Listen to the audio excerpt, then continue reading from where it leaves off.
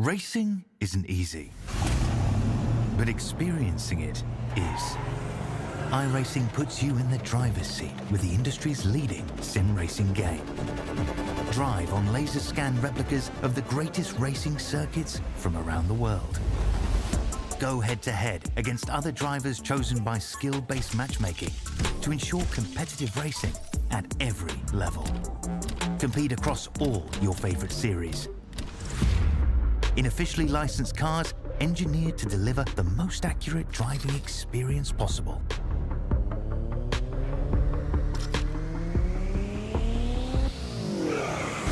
Join a race or host your own with players from across the globe. Race against the computer or in a league with friends. Feel the thrill behind the wheel. Visit iRacing.com.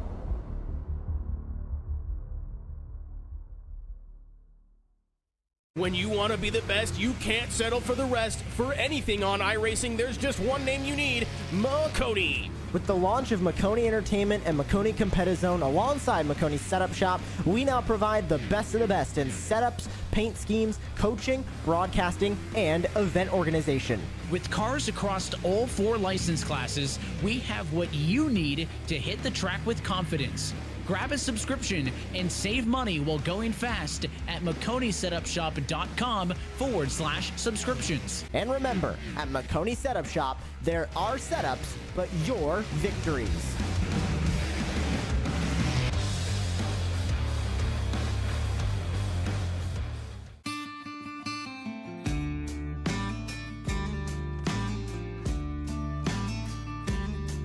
Hello, my name's Aaron Brown from the Garage Shop in Denver, North Carolina. We're here at the famous Bonneville Speedway in Wendover, Utah. One of the most harshest environments on the planet to race in, and that's why we need the best tools Snap-on has to offer. What we use here to pump up the oil in our race engines to prime them is this Snap-on screw gun. With its variable speed and high torque, this allows us to spin our oil pumps up to 1,500 RPMs, creating 70 pounds of oil pressure, which helps us get everything settled in, nice and happy, and turn the hot oil through the engine. It's compact, lightweight, and able to fit in really tight spaces. Its 9-position clutch allows us to torque things, nuts, bolts, from 8-inch to 50-inch pounds. Small size and high performance helps us get into many places on a race car where normal tools can't. Under the dash and the engine compartment, we also use this to drill a lot of holes in very tight spots.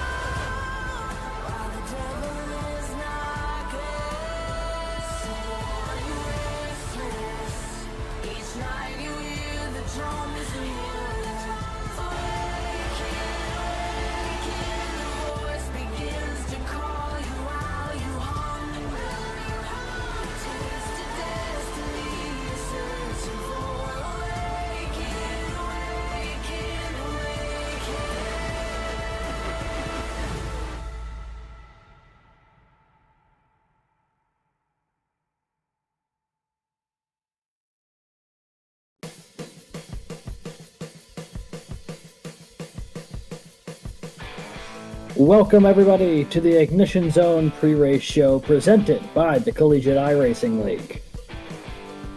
Excited to have you all along tonight for what should be another thrilling night of Garage Shop College Cup Series action here on Monday nights. Alongside me is everyone's favorite CIL analyst, Brad Daniels.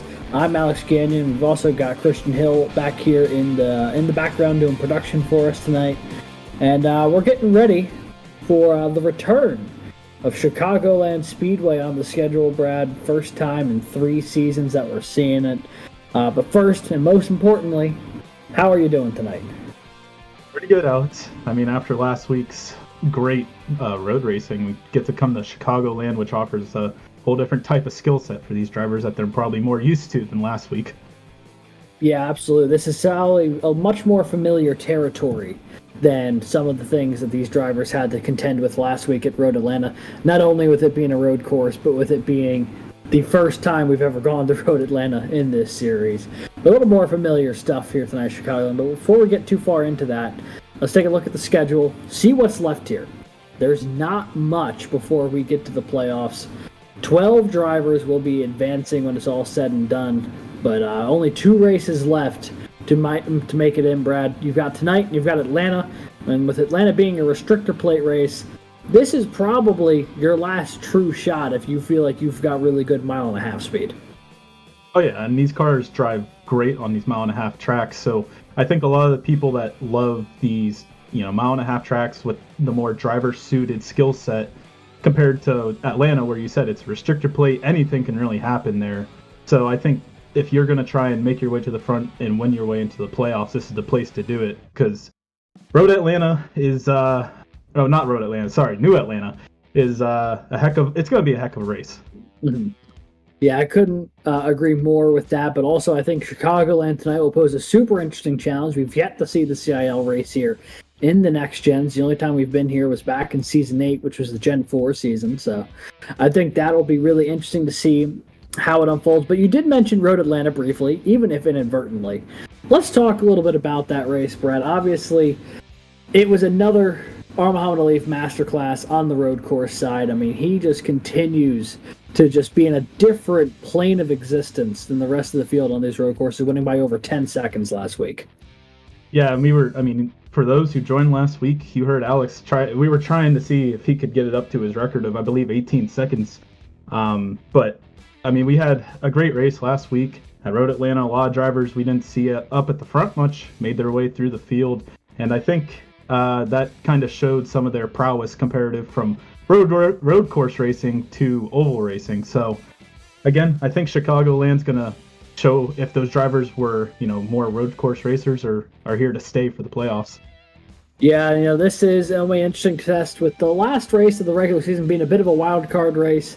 This is a big points opportunity for a lot of those guys on the cusp who don't need to find themselves in a win-and-in situation next week, per se. But, we also saw last week at Road Atlanta, there was a lot of battles throughout the field, a lot of very battles that ended in a lot of fireworks, to put it lightly.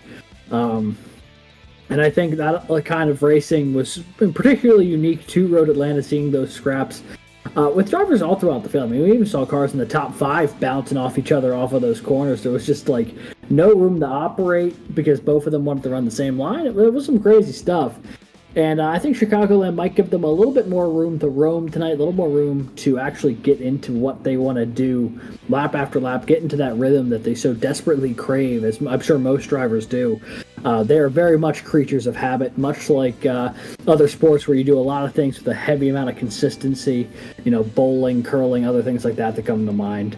But one thing that is worth noting is obviously with the Leafs win last week, locks himself into the playoffs, so he will be the 3rd driver locked in alongside Oklahoma's John Hagan and Mario Miranda. That means 9 spots still up for grabs in the playoffs here. Only 3 have been locked in through the opening 6 races of the season. Brad, tonight could be a huge opportunity for another driver to lock themselves in who has yet to do so. With both Hagan and Miranda not in the race this evening. And obviously, Muhammad Alif has won on the ovals before in CIL, but is definitely not his specialty compared to his road course prowess. Could you see a fourth different winner this season tonight at Chicagoland? Oh, I absolutely think so, because I think a lot of people are realizing that. I mean, New Atlanta's going to be a hard track to try and win your way in confidently. I think Chicagoland, people can be confident, make their way through the field. Such names like Drew Williams, Jared Kaler, Daniel Nanny, some of these fast guys that, have great speed can really use this track to their advantage and not have to worry about, pointing their way in next week. I think Drew Williams and Jared Kaler have a good buffer above the cut line, but still that win would be huge for those two. Yeah, I know. Nothing like the security of knowing for sure that you're in it, especially going to a restrictor plate track like New Atlanta next week. But, we do have a privilege here today. We do get to talk with another Ball State driver tonight in the pre-race show. Last week, we ended the show by talking to Muhammad Alif, who was in victory lane, and his teammate, I want to say it was Lucas Moody, finished second. But today, we get to talk to the other car from Ball State, who finished in the top 10 for them, the driver of the 88. We are going to be chatting here with Andrew Stege, the Ball State Cardinal. Top 10 finish last week and was just a part of that overall great effort from the Cardinal team. Andrew, welcome to the show. Hey, guys. Well, first question for you is obviously, playoff driver last season, if I remember correctly, and very much in the hunt this time around. What's it going to take tonight to really make you feel a lot more solidified in your opportunity to make the postseason this year? Well, I'm really focused on getting stage points tonight. That's something that's really been my weakness. I don't think I've gotten any stage points this season. So if I can get some stage points and get a top 10 finish, I think I'll feel a lot better heading to Atlanta where anything can happen. And Andrew, I mean, it seems like Ball State this whole season has been consistently fast. Do you think there's anything, in your opinion, that your program has been doing to keep your guys consistently up front, consistently fast, week in, week out?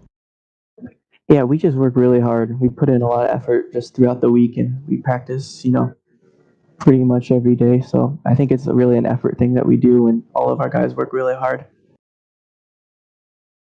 Yeah, and I think that effort that you're putting in is definitely translating through the screen here for folks watching. A lot of Ball State cars up at the front of the field. I mean, just dominated last week at Road Atlanta. And, I'm looking at the timing table here, Andrew, and obviously I'm pretty sure you guys probably got into the session fairly early today, but still 3 cars inside the top 10 in practice times here. You yourself being right up there, third or fourth. Got to imagine you're feeling pretty confident here going into qualifying and then the race after this. What is your mindset as far as attacking this track tonight? Because while it is a mile and a half, it's a bit of a different mile and a half than anything that we've experienced so far this season. Yeah, it definitely is. I'm kind of viewing it as like a mix between Kansas and Nashville.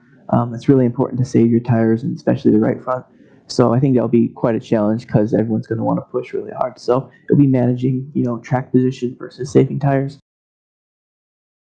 And kind of to jump off of Alex's question here, I mean, you've got the speed tonight, but is there any particular strategy outside of tire conservation? Like, do you guys think there will be a lot of cautions this race? So you're planning for a lot of pit strategy, or are you expecting some green flag calls? I mean, I'm hoping for some green flag calls. I think tire saving is something that kind of suits me a little bit better, but I'm fully expecting quite a few cautions like we've typically had this season. But so either it wouldn't surprise me to have a lot of cautions, but I'd look forward to a green flag. Yeah, we're all looking forward to a green flag up here. Andrew, it's been a pleasure having you join us here on the Ignition of Pre-Race. So one more question for you while you're up here. Just want to do, obviously Ball State, large program, a lot of drivers here in the Garage Shop College Cup Series. Want to do a quick little rundown here, a little speed round of just quick superlatives of folks in the program. First off, who's got the best taste in music of the drivers on that team? Oh, best taste in music. Well, I can say Alif likes to make fun of Lucas for his taste in music. So I feel like if you're going to make fun of someone, you got to have some pretty good taste in music. So that's fair. That's fair. Most likely to show up right after class and just immediately throw all their stuff down and get behind the wheel. Yeah, Lucas does that, except sometimes he likes to play Valorant, so. Honestly, I get both Brad and I were a part of the esports program at Robert Morris, and there was a lot of cross game competition during non-competition hours for sure.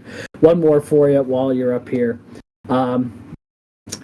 Let's say all of you, Kelton, Alif, Lucas. I know I'm missing someone in there, but there's like 5 or 6 of you. What is the largest size pizza you think all of you could eat in like 15 minutes? 15 minutes, we could down a pretty big one. I know after some races, sometimes we like to head down to a local pizza place. So I think that we could down a pretty decently sized one, especially because there's like 6 of us every oval race. So yeah, I think we definitely could handle that. Alrighty. Well, thanks for participating in the speed round. That was more of just, why not? We had a second. It's not too often we get to talk to a representative of a team who has such a large program. But Andrew, thanks so much for joining us up here. Anyone you'd like to shout out before qualifying? Yeah. Thank you guys. I want to shout out my mom, who definitely is like my biggest supporter and has a lot more passion for this league than a lot of people have for just NASCAR in general. So that's cool. My dad and my brother and my fiance Emily, they like to watch, and then obviously my Ball State teammates, Alif, Ben, Kelton, Lucas, Daniel, and the road teammates as well. Alrighty. Well, Andrew, thank you so much for joining us, and good luck out there. Hopefully we get to talk to you again later on today. Yeah, hopefully. Thank you, guys. And that was driver of the 88 machine, Andrew Stege for Ball State. Looking pretty good in qualifying, him and Lucas Moody, P3, P4. Maybe a back-to-back for Ball State's in order here today, Brad. I mean, we've seen a lot of teams, pretty much go back-to-back. Well, AKA just Oklahoma, I guess. So I think if, history serves us well, I think we might see another Ball State win if that's the trend we're going to see this season. Yeah, I mean, at the rate we're going, it's been a very streaky year. Oklahoma won the first 5. Ball State wins race 6. Could they get it done in race 7? Who's to say?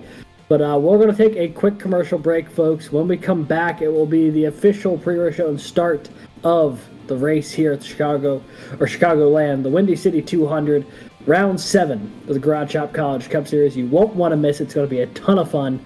I want to thank you all for tuning in to the pre-race show here, and we will be back with you in just a couple minutes.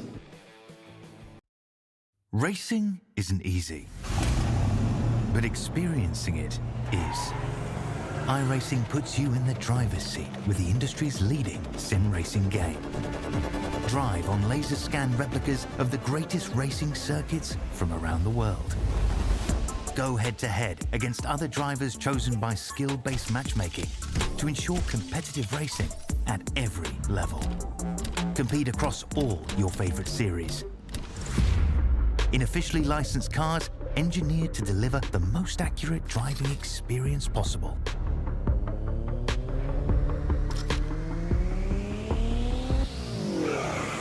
Join a race or host your own with players from across the globe. Race against the computer or in a league with friends. Feel the thrill behind the wheel. Visit iRacing.com.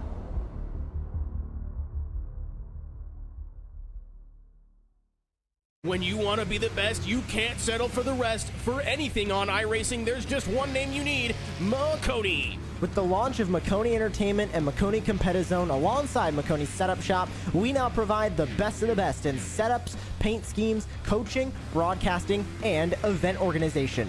With cars across all 4 license classes, we have what you need to hit the track with confidence. Grab a subscription and save money while going fast at MakoniSetupShop.com/subscriptions. And remember, at Makoni Setup Shop, there are setups, but your victories.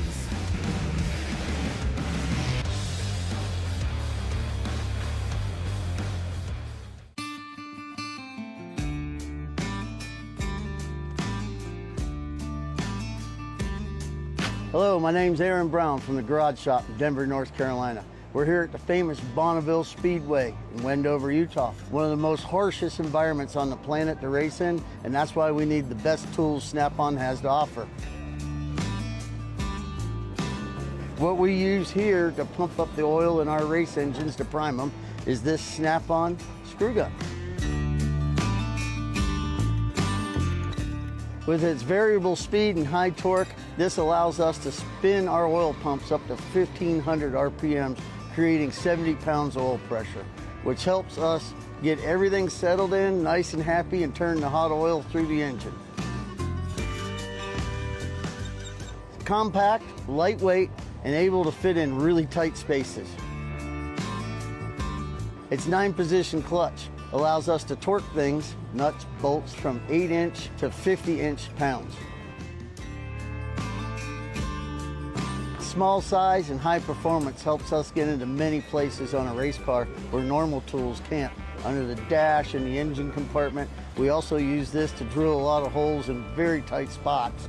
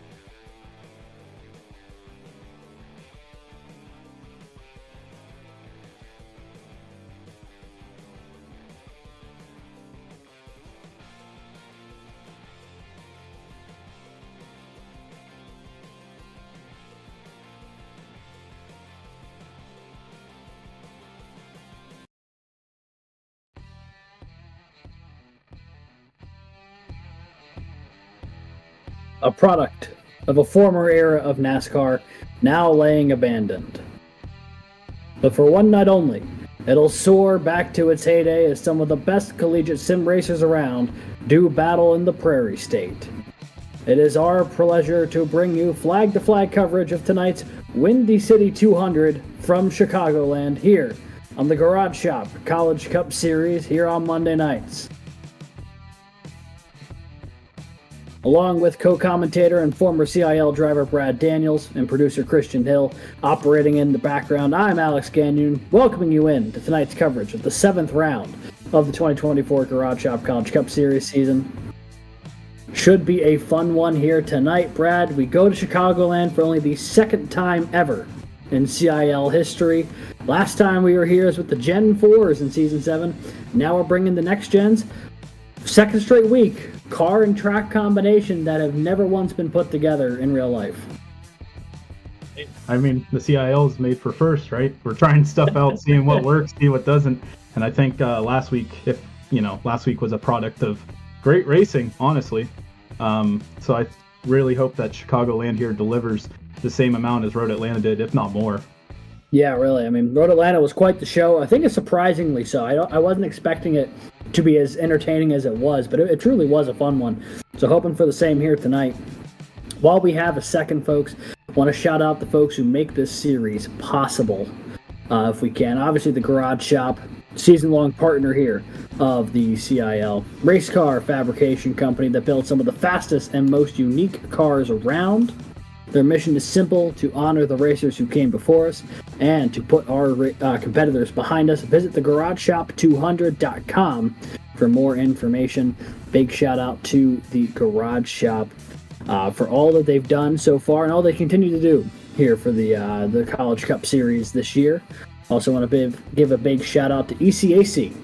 ECAC Esports exists to add value to its member schools by enhancing the competitive experience for hundreds of students seeking to participate in intercollegiate esports. Of course, the McConey Setup Shop, the home for setups, paint schemes, coaching, and more, the official setup shop of eNASCAR, and the official setups here for the Garage Shop College Cup Series. Visit McConey Setup Shop today to subscribe. And of course, our broadcast assistant here in the Whiplash Simcams, an iRacing and esports media group specializing in racing and team graphics, iRacing camera packs, and other broadcasting resources. Those are just some of the folks who make tonight possible. I want to thank y'all for continuing to support the Garage Shop College Cup Series. It truly has been a fun season. We still have so much more action coming up our way here. Well, if we got a second, may as well talk about the track. Brad, tell us a little bit about Chicagoland Speedway. Glad, Alex. I mean, this is a 1.5 mile track here in Joliet, Illinois. As you can see, has 4 turns. It's a very odd-looking oval to those used to a normal back straight. It's not straight; it's a little curved.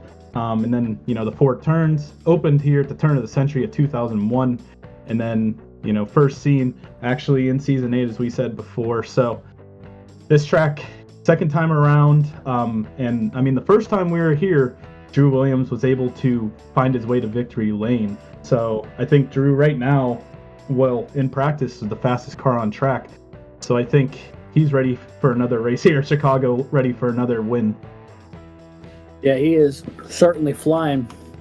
While we've got a second, we may as well see if we can take a look at what a qualifying lap looks like here at Chicago. And I'll ask producer Christian if that is something that is at our disposal this evening or not. Alrighty, it is indeed, but we'll have to give him just a moment to pull that one up, because I am bouncing around just a hair. So for that, producer Christian, I apologize. I am not being a very good lead tonight. It's been actually all over the place. But Chicago is one of those places that NASCAR has been trying to break into for years. They had this place here for the better part of 2 decades, and then when they stopped coming here, they started the Chicago Street Race just a few years later, and that has gone to, I would say, pretty good success. The first street race in the history of NASCAR. It is a bit of a bummer, though, what has happened to Chicagoland Speedway. Obviously, you'd love to see it on the schedule still if there was the room for it, but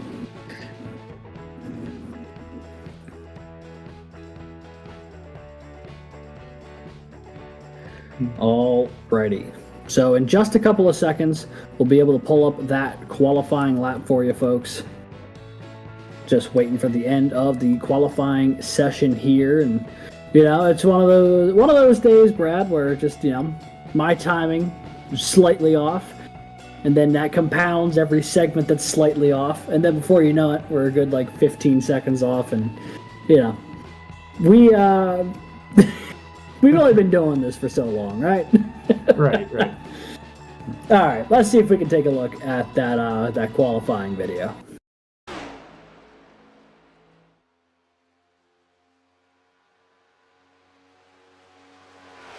We saw him in the pre-race show. Andrew Stege, currently sitting in the 4th position and qualifying as a sit.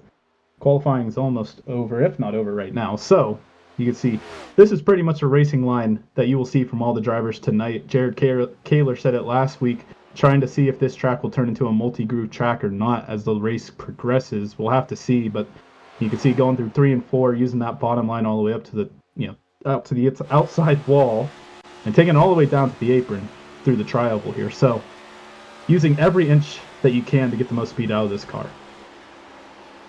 Yeah, and one of the things I heard really interesting was a couple of drivers talking about how there might be a difference in philosophy in how they shift tonight. The way the setup is laid out, you in theory could actually run slightly faster if you spend a lot more time in 4th, shifting down through the corners and shifting back up.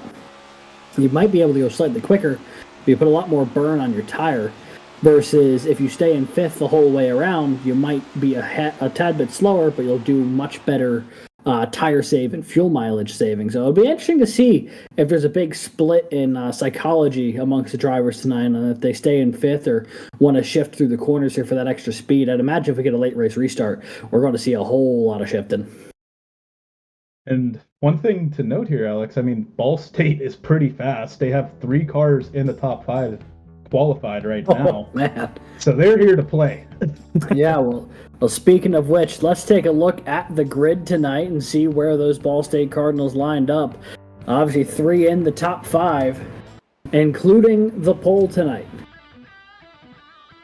Fastest time in qualifying belongs to Kelton Quick from Ball State, a 30.006.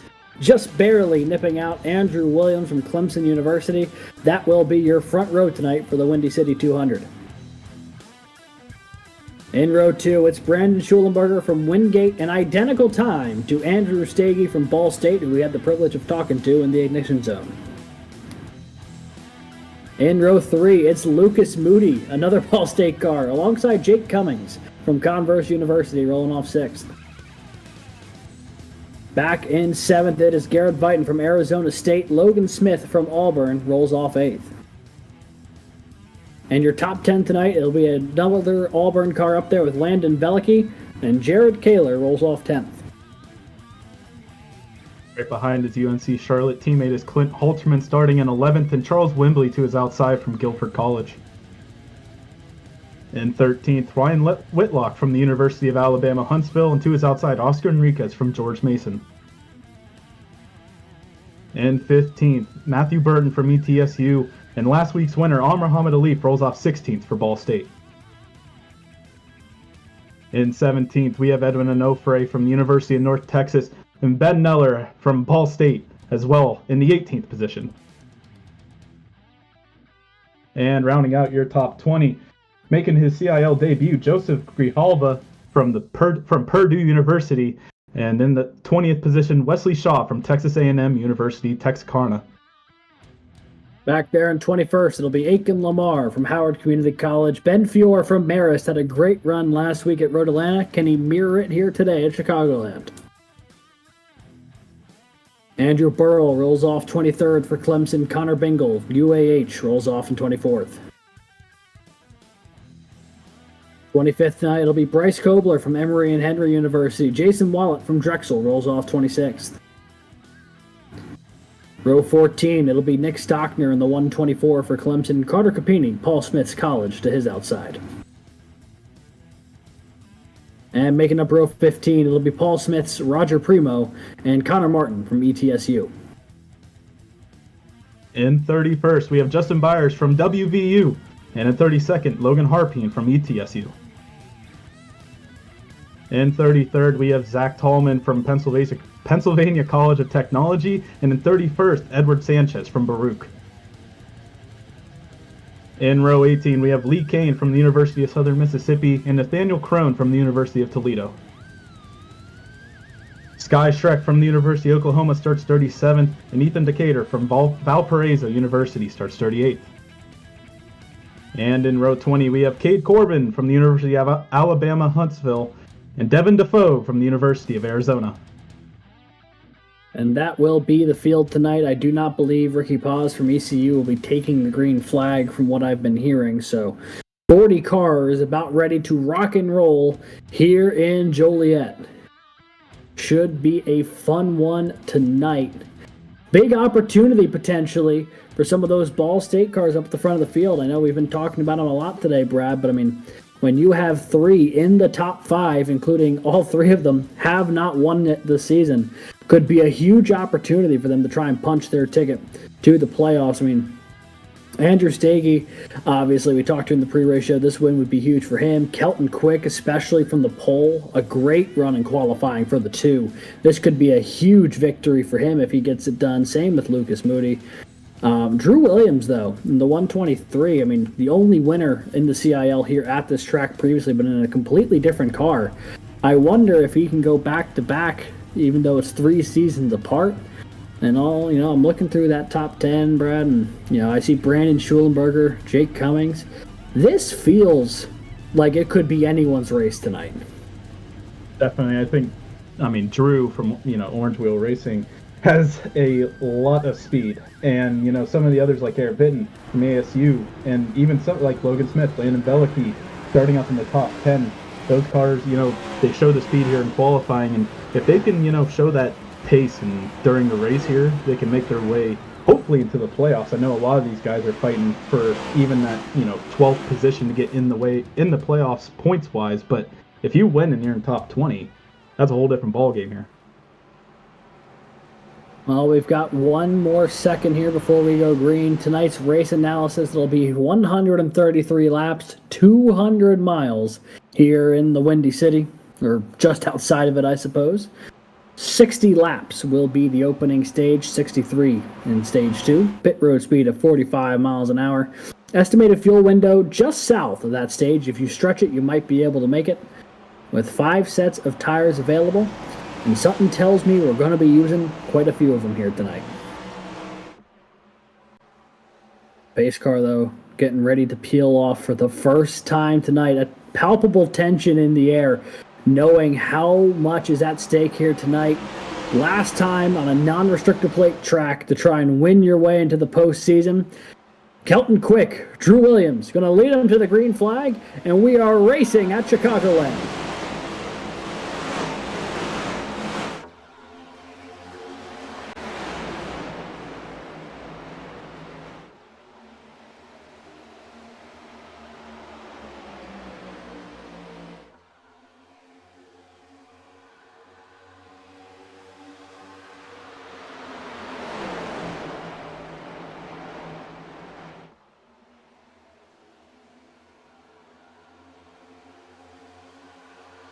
Drew Williams is going to lead that first lap, but what an absolute hornet's nest happening behind him. 2, 3, 4 wide throughout the field as everyone tries to get a hold of the car for the first time here today and settle in.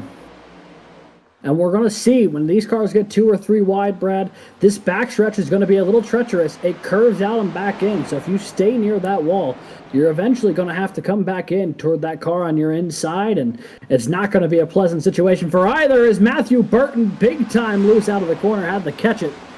Not going to be any sort of yellow. Good save from the 33, but going to lose a ton of track position.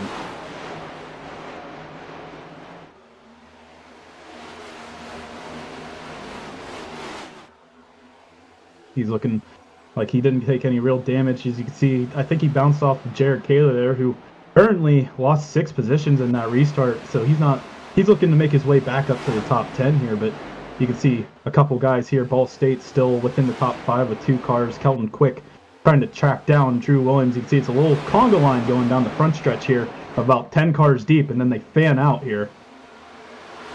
Nothing like a conga line at 175 miles an hour, eh? That's one party, I'll tell you. Oh, you betcha it is. Drew Williams has Kelton Quick all over his back bumper right now through 3 and 4. Jake Cummings got up to 3rd there on the start of the green flag, but the big mover is that 56 of George Mason. Oscar Enriquez already up 8 spots in the opening couple of laps. That 56 shot out of a cannon, trying to get his way further into the top 5. He's in the 5th now, trying to get around Schulenberger for 4th. He started this race in 14th.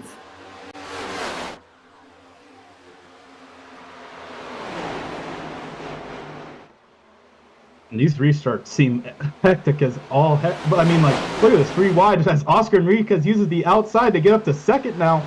Already up 12 positions to the 2nd position, looking to take that lead away from Drew Williams 6 laps into the race. What a run from Oscar Enriquez. You know, we've talked about it time and time again this year, Brad. It looked like that 56 had some speed and just has had horrendous luck through most of the year. But now here we are in the opening laps of Chicagoland, and he has just driven himself to the back bumper of Drew Williams, trying to take that lead away. It is Clemson, George Mason, and Auburn. Your top 3 is Landon Belichick, has sneakily worked his way into the podium spots here in the early going. A lot of movement if you're outside of Drew Williams here. It seems like everyone's trying to either get to the front or is falling like a stone. I mean, it's a crazy scoreboard right now comparative to 6 laps ago. So you can see Oscar Enriquez is trying to use the tires when he can, trying to take that lead away from Drew, but Drew is using that lower line to get that pull out of turn 4. You can ride on board here with Drew Williams going through the tri-oval. Has a mirror pull, that George Mason machine behind him. Yeah, and right now, Enriquez is going to have to try and do a little bit of attack and defense here, trying to track down the leader, but Landon Belichick is hounding his back bumper right now, trying to find his way in the 2nd. And that is allowing Kelton Quick and Jake Cummings to kind of keep this group all in one line. You can see how far back this field is already stretched, though, as it looks like a lot of the 3 and 4 wide have settled down now, just to a lot of side-by-side racing throughout that group. Drew Williams, though, steady at the wheel right now through the opening few laps here, just trying to keep that surge of the 56 at bay. It was a great early launch Oscar Enriquez, now it looks like he might be settling in a little bit, making sure he doesn't burn out those tires too fast, now having gained all this track position.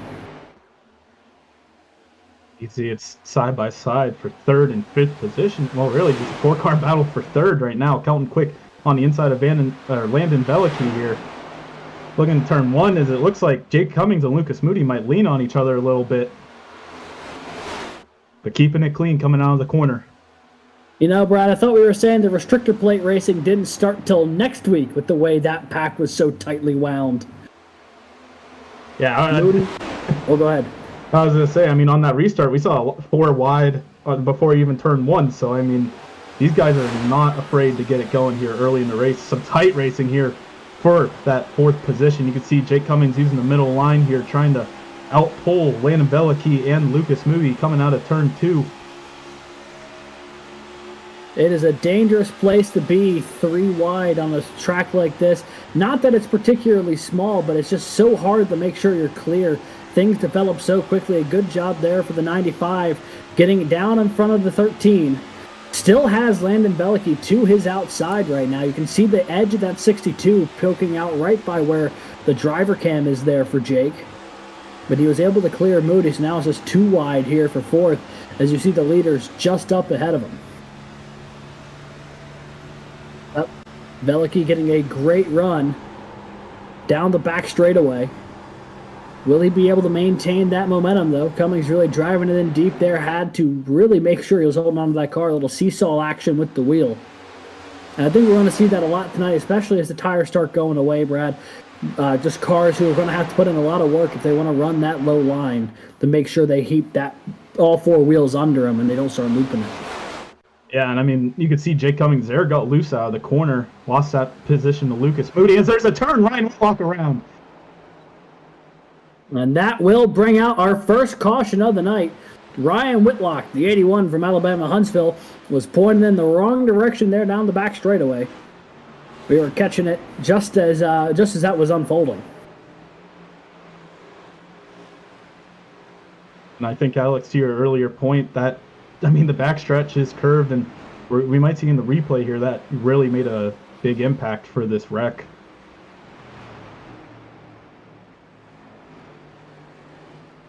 And we're going to see what happened here on a replay in just a second.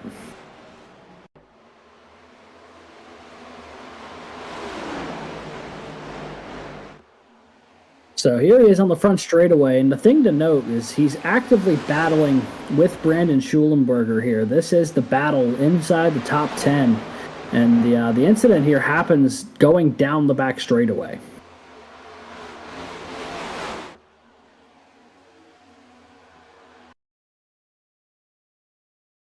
Oh boy, just barely wasn't clear. Was trying to slide in behind the 81, I think, and there was about 9/10 of a car length there. Not quite a full car length, though, for the 7 to put himself in there, and around the 81 goes. Luckily, I mean, I don't think he'll need to get any repairs for that, but his tires are definitely going to be a little scuffed. But I think drivers are going to have to, realize that backstretch, you'll have to not be as tight, because, this isn't a Kansas, a Texas, or an Auto Club raceway where the backstretch is completely straight. So, I mean, racing tight, you're going to have to make sure that car on the outside and vice versa on the inside is giving you room to really make that slight turn, even if it's, only 3 or 4 degrees. It's still a lot comparative to a straight line. Yeah, any sort of turn is significantly more pronounced, and no turn is, race stewards have deemed that one a net code incident between the 81 and the 7, so perhaps it was even closer from what they were seeing versus the angle that we saw. But this'll be interesting. I'm curious to see how many takers we have for pit road here. There's not a ton of laps on these tires, but there's enough where if you're deep in the field, you would definitely notice a tire advantage if you come down pit road. Yeah, so it looks like all the leaders staying out. Yeah, I mean, 5 sets of tires, you got to average that to 133 laps, around 23 laps per set. So it's a little bit under average right now, but I think the tire fall off is going to be kicking in here, if not already. So, I mean, pitting right now might be an advantage for some of those, like you said, in the back. But I think we'll see if Oscar Enriquez can keep his speed up and potentially, take advantage and get that first place away from Drew Williams. Kelton Quick also made his way back to third here, so we're going to have Ball State back up into the top 3 and his Ball State teammate Lucas Moody in 5th.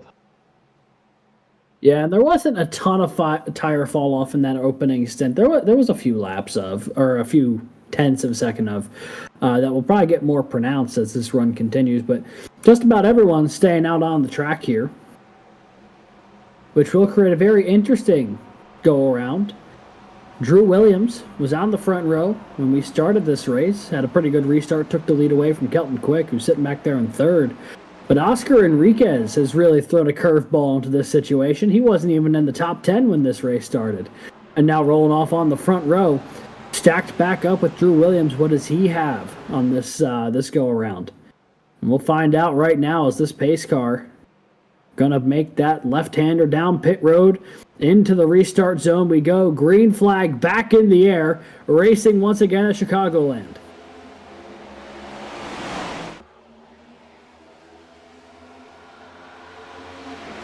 Wide yet again. I think Jake Cummings likes to, use that super high line here coming out of the restart.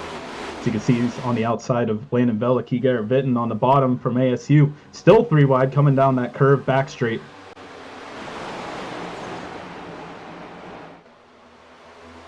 Things might get a little dicey here off of 4. Looks like Cummings was able to pull ahead of Veliky. Everything kind of single files out through the top 5. Back half of the top 10, though, it's still quite messy. Schulenberger and Stege going to battle it out there. That is the battle for the 9th position. Charles Wembley up there with Landon Veliky as well. Viton up there with Moody. A lot of battling happening through this group as Kelton Quick sneaks by on the inside past Oscar Enriquez.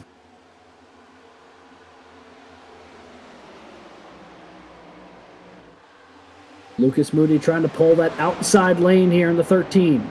Ball State up high, Arizona State down low on the 55. This is the battle for 4th, on board with both. On the left side of your screen is Lucas Moody from Ball State. On your right, Garrett Vitton from Arizona State. Right now, Lucas Moody's got the edge, but for how much longer as the 55 continues to open the door to the inside? A bit of contact. Ooh.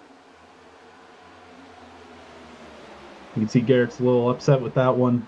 He might lose a spot here to Jake Cummings as well.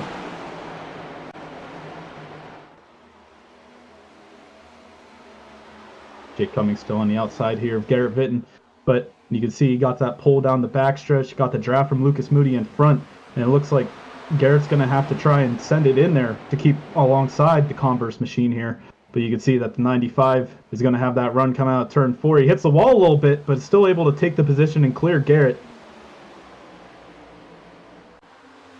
The expression I can see on Garrett's face there as he currently runs in the 6th position is just a mild annoyance, I believe, with the way these past couple laps have gone, and I can't say I blame him. He was battling for 4th, a little bit of contact there with Lucas, dropping back to 5th, and then he was battling Jake Cummings. Cummings clipped the wall off of 4 and was still able to clear down in front of the 55, so has just not been a great couple of laps for him, but still running really well, still running P6 right now.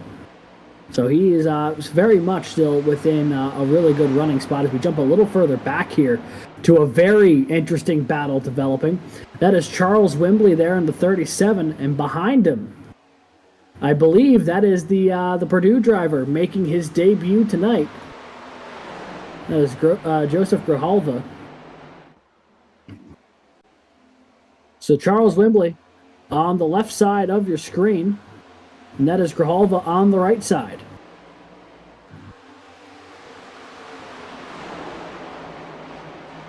Grijalva using the VR setup. Wembley, though, right now with the edge. That Guilford College machine, a former winner here in the CIL Cup Series, won last year at Bristol.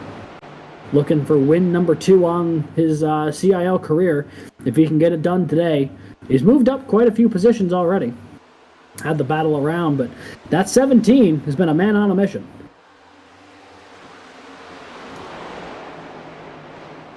Grijalva up 11 spots already from 19th to 8th.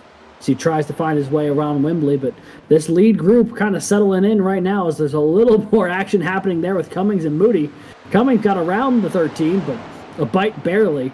And now that battle is on for fourth once again.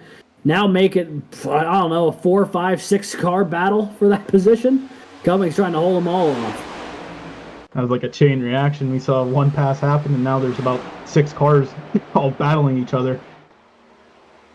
You can see Lucas Moody on the outside of Garrett Patton here, coming out of turn 2. The ASU car trying to get that side draft going down the backstretch, but Moody able to clear the ASU machine here. And 95, Jake Cummings is now under pressure along with George Mason as Lucas Moody sends it in there. Slides all the way up to the wall. Cummings going to go back to the inside. Here comes Wembley to the outside. 3 wide down the front straightaway. Vinton might make it 4. Cummings just able to pull ahead of the 13 to keep it from a 4 wide situation. But 3 wide will continue. Wembley up high, Cummings and then Vinton. Some great action here in the top 10. These positions not safe by any measure. They are getting traded around like crazy right now. Great battling happening through that group. And the 37 going to clear all of them. Charles Wembley now up to P4. And now here comes Grijalva trying to follow him through. I mean, Grijalva's on a mission right now, trying to break into the top 5 here. 3 wide on the outside. It looks like Vinton's able to keep that low side, though. But they get that backstretch, another pull down the backstretch. He's going to keep the other 2 cars in contention. Charles Wembley helping out. As you can see, these cars seem to be glued 3 wide action right now, especially the 95 and 55. Oh, Schellenberger's around! The 7's around, as is Lucas Moody. Ryan Whitlock, I think, got caught up in a second incident today. Caution's out for the 2nd time today. There's a car on its side. There is a car whose wheels are not touching the ground right now. I think that's Ryan Whitlock again. Boy, it has been a night to forget already for the 81. Man, oh man. I mean, you saw, I think it was Lucas Moody, or I can't remember, somebody slid back up into the pack, and I think that caused just a big chain reaction. I mean, a lot of cars definitely damaged in this caution. Yeah, I want to say that you're right. And what's really interesting is, the first caution of the night was the 81 and the 7.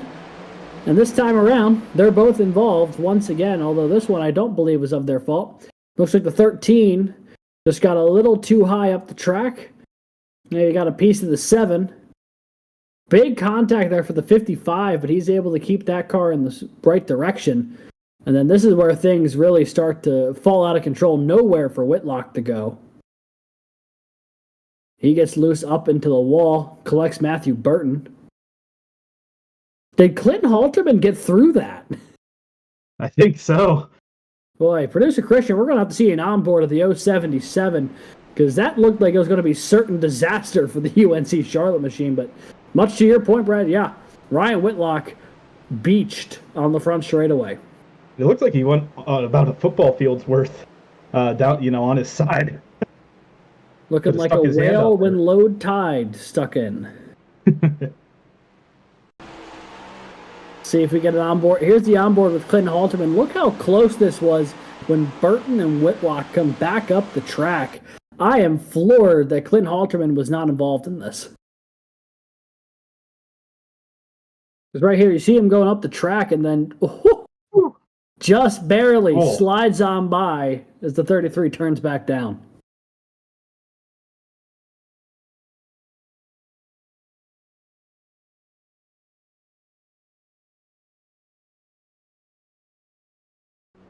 It was a crazy turn of events there. The 48,000 spectators here at Chicagoland got to see a whole car on its side, which I didn't think I would see anybody upside down here at Chicago. Yeah, really. That was not on my book. But, it reminds me a bit, when Chris Buescher flipped in the 600 a couple of years ago, got that sprinkler in the ground and just rolled. Sometimes, you just get the cars rolling for all sorts of weird stuff. And that's exactly what happened there. But, with this pit cycle, we had a couple of cars stay out on the track. A lot of cars come down pit road. Looks like the penalty going to be issued to the 13 of Lucas Moody. So Nick Stockner stayed out on track. So he'll be the only car on 30-lap-old tires here. Rolling in first, Drew Williams, Kelton Quick, and Charles Wembley, second through fourth. Oscar Enriquez, Joseph Grijalva, Jake Cummings, Garrett Vitton, Landon Veliky, Andrew Stege. Your top 10 as they run. I have a feeling that we're going to see the 124 getting eaten up here rather quickly, and it's just going to be a matter of how quickly you can avoid them. Those 30-lap older tires, I think, are going to really come into play. We've got the Sky Cam here as we're ready to rock and roll once again from Chicagoland. Green flag is back in the air, racing once again in the Windy City 200.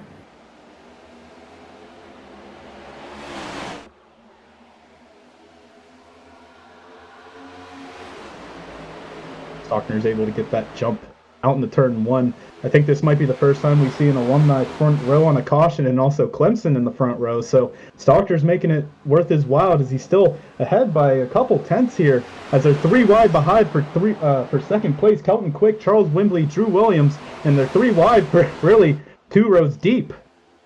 Yeah, it was getting really dicey there. Wembley clears them all. Converse and George Mason, Arizona State, Auburn, all 4 wide down the front straightaway.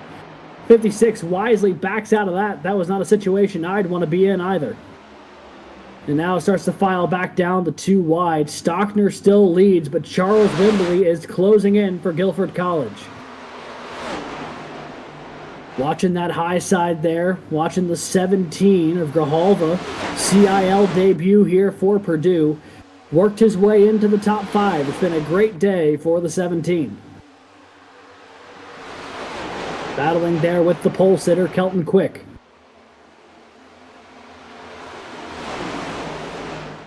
Trying to use that outside as we see Charles Wembley jump to the inside. Nick Stockner here. Drew Williams is also going to go to the inside of Nick Stockner. And Wembley is able to take over that lead. As you see, they're still battling it out here between Grijalva and Kelton Quick. Grijalva still on the outside, coming through the tri-oval. So for the first time tonight, a non-Clemson car will lead a lap here at Chicagoland. It's Guilford College's Charles Wembley. Winner from a season ago, trying to get back to victory lane, but he is Drew Williams, hot on his heels right now. The previous winner from Chicagoland. Great little 1-2 shaping up as they got around Stockner. Here goes Grijalva now, trying to clear Stockner. The 124 holding on to a decent degree, but you can see the pack now starting to swallow him up as everyone's up to speed. I think Nick's hoping for some sort of caution here within the next, well, really 15 laps. Hopefully everyone else comes in with him and he's able to stay up here in the top 10. Still battling it out on the outside. As you can see, Garrett's getting a little frustrated behind him. And Drew Williams takes over the lead. Yeah, Williams back to the point here for the 123. Vitton and Enriquez trying to clear the 124. Stockner got all the way down to the apron to block that run from Kelton Quick. But now the 55 from ASU has gotten to the outside of Clemson. George Mason trying to follow him on through a little 2x2 group here in the battle for 4th. Now make it 3 wide as Kelton Quick says enough of this. I'm going to look to the inside as well, putting the 124 in the middle. And Stockner now really starting to lose some track position. Meanwhile, behind him, looked like there was a Ball State car that had clipped the wall, but look at this up front. Holy. So we were just cutting away from this. This is Garrett Vitton, Oscar Enriquez, Joseph Grijalva, 3 great cars at the moment battling for the 4th and 3rd and 5th position. Oh, big time wreck. A leaf sideways in the backstretch. Looked like Logan Smith, I think, might have got involved.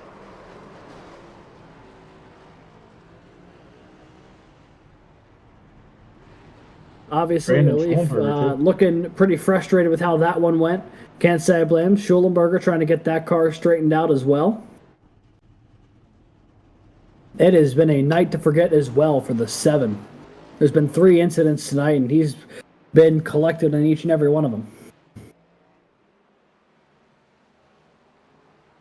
I mean, right now it looks like he's keeping his cool. I mean, I know I'd be, I'm pretty upset if I was part of every caution right now. You can see a Leaf visibly frustrated. We'll see what happened. And to your point, he was one of the cars who really tagged that outside wall. So I can't imagine that car handling quite the way it did when it rolled off the hauler.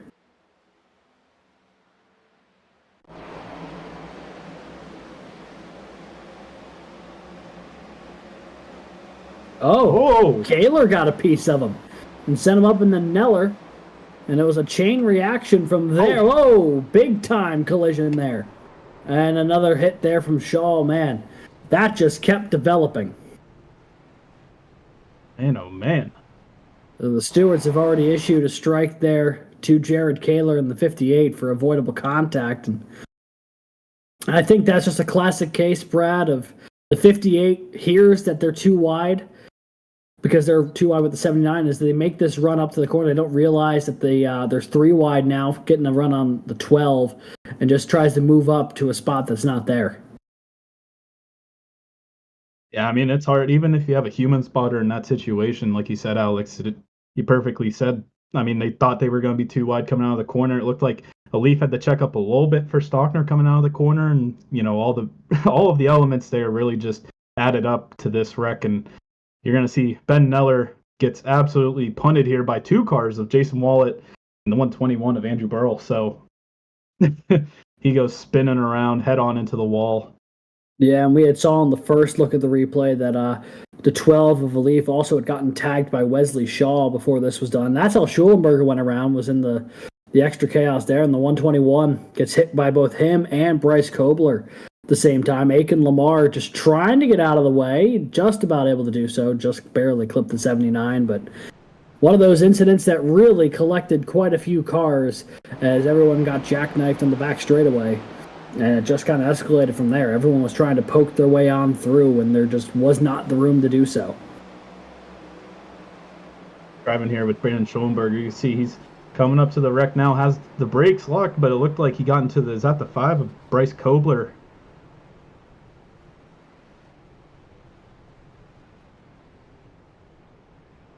It's a rough night here for Brandon. Yeah. I would say him and Ryan Whitlock are both going through it this evening. Yeah. Let's hope Brandon doesn't end up touching the concrete here. Yeah, really. Not his wheels. Yeah. Ryan Whitlock could take a souvenir home from the track right out of the window net. That was on board with Aiken Lamar. Honestly, a really good job from the 099 to keep that as dialed down as he did. That could have been a whole lot worse. But, we're looking at this field as they get stacked back up, just about ready to go here once again. The stage break's scheduled for lap 60, so it's going to be about a 20-lap shootout to the end of the stage. Drew Williams, Charles Wimbley going to lead them to the green.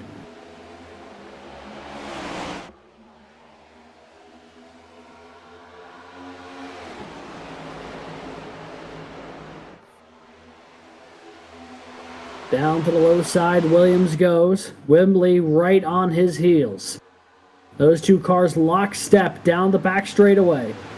Now Wimbley going to take a different line into 3 and 4. He's going to go higher. Someone got way locked up and into the outside wall. I want to say it was 17 of Grijalva. That could have been calamity there in 3 and 4 with everyone bunched up. There was a ton of smoke. Looks like everyone's still going, though, as Moody, what a save by Lucas Moody. He got a piece of Ethan Decatur, and the 13 able to keep it from spinning around. Holy moly. Beautiful save. Oh, my. Everyone just forgot that, if you make contact with another car, there's a chance that they go spinning here on this restart. Every corner, there was some sense of danger. That was the first time, I think, in a minute we hadn't seen someone almost go around. So Williams and Wimbley still up at the front. This is the battle for 4th. Jake Cummings, Oscar Enriquez. 2 very bright cars, if I do so myself. We don't see a ton of purple cars, don't see a ton of green ones. It's a very vibrant battle for 4th place out there. Add Edward Sanchez into the mix in that neon blue, and you've got yourself a colorblind person's worst nightmare battling for 4th. Yeah. Especially considering the gold numbers on both of these cars. That's really, you can pull these cars out in a group, to say the least. A couple of pretty ones, too, honestly. 2 of my favorite schemes in the field, I think. Maybe I'm just a sucker for gold chrome. Who knows? one person I want to kind of note here, Alex, Sky Shrek, currently trying to make her way into the top 10, currently 10th right now, started 37th.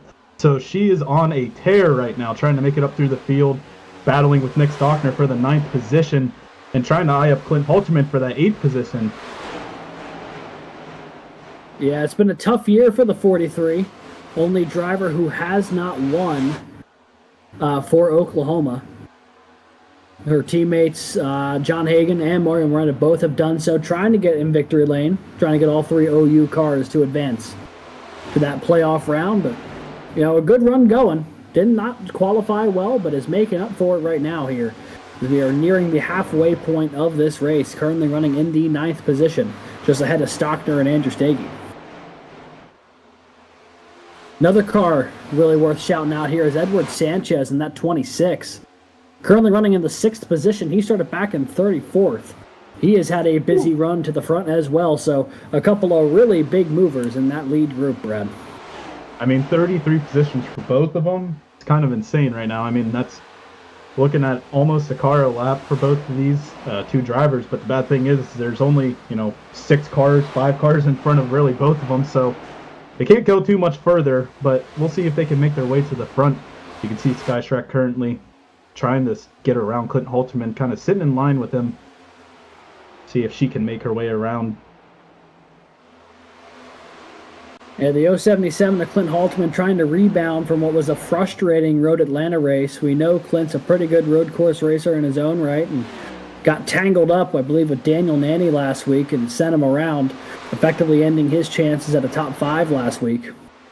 He's trying to bounce back here. His point situation, not at all a lock for the playoffs as they run right now. He's right around that cut line, so every point going to matter for the 077, including stage points, in which he's in position to potentially pick up a few here if he's able to hold on to that P8 spot. Clint is he's a great defender when it comes down to it, so Sky's going to have a hard trek to get into the 8th position. Landon Velicki also is trying to defend against Clint Holtzman, so there's a little group of 4 cars here, and a little break, but also a break up to the top 6, so it looks like we have a couple chunks of cars right now. There's a huge pack back behind them. Yeah, there is quite a hefty group of cars just behind this battle, starting up, everything getting stacked up behind the 124 on those older tires. Everyone bailing out to the apron, trying to clear them. Boy, everyone just swallowing the 124 right now, getting around them. Grijalva goes on by. Aiken Lamar going to do the same. Kelton Quick, Matthew Burton trying to sneak their way on past as well. And one thing... go ahead. I was going to say, for Nick Stockner, the fuel window is currently 55 to 60 laps, so I think he'll have enough to get to the end of this stage, but it's going to be cutting it close if he didn't save fuel on those cautions. Yeah, it is going to be a stretch. 10 laps to go here in the opening stage of this one. What has been a very entertaining Windy City 200 so far from Chicagoland. The penultimate race of the regular season here in the Garage Shop College Cup Series. Only 3 drivers locked into the playoffs, 9 spots still available, and a win could lock yourself in here today. That is what's... Oh, bit of contact there, Burton and Moody. Nothing coming from it, but that could have been a dicey moment there. But to the point we were just talking about, could be anyone's bet on who's going to get it there. And, I look at this front of the field. Drew Williams has the lead, but for how much longer over Charles Wembley? You see the 37 has not let the 123 get away. Both of them very much trying to get every point they can get their hands on. And a stage win, while would be crucial for the 123 in his hunt for a potential regular season championship, could be even more critical to the 37 for his postseason hopes. Really, these, I think the top 10 outside of Andrew Williams here all really need these points, because if they want to point their way into the playoffs, they're all going to need it. Coming into today, Charles Wembley sat 18th in the points, outside of that top 10 group. However, the cut line was only about 25-ish points from him. If he's able to pick up 9 points in this stage from finishing second or the 10 from winning, would be a huge boost to get him that much closer.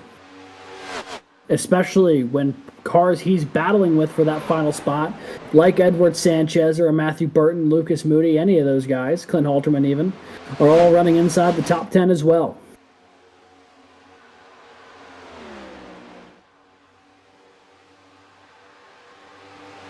Charles Wembley is sticking like glue to the back bumper. This 123 from Clemson, I mean, these two don't seem to get anywhere further away from each other. I mean, Garrett Vinton and Jake Cummings, Cedric Sanchez are all trying to keep up, but these two are kind of pulling away from that little group of three, and I mean, Charles isn't making it easy for Drew right now. Yeah, very much the old adage of pork chop and hound dog. I'll let you take your guess on which one is which right now as they make their way into turn 1. 5 laps to go in the opening stage. Drew Williams leads Charles Wembley. And then you have Vinton, Cummings, and Sanchez, the rest of the top 5 as they run. Bit of contact there for Cummings off of turn 2. Converse machine. Getting a little beaten and battered up here in the opening stage. Nothing too crazy, but definitely noticeable. Looks like Sanchez is going to try and make his move. I think Cummings may have hit the wall again coming out of turn 4, and Sanchez is taking advantage, using that momentum to get in front here going into turn 1. We'll see if he's able to clear him here, as he is going into turn 2. Using all of that track. I thought he almost hit the wall there.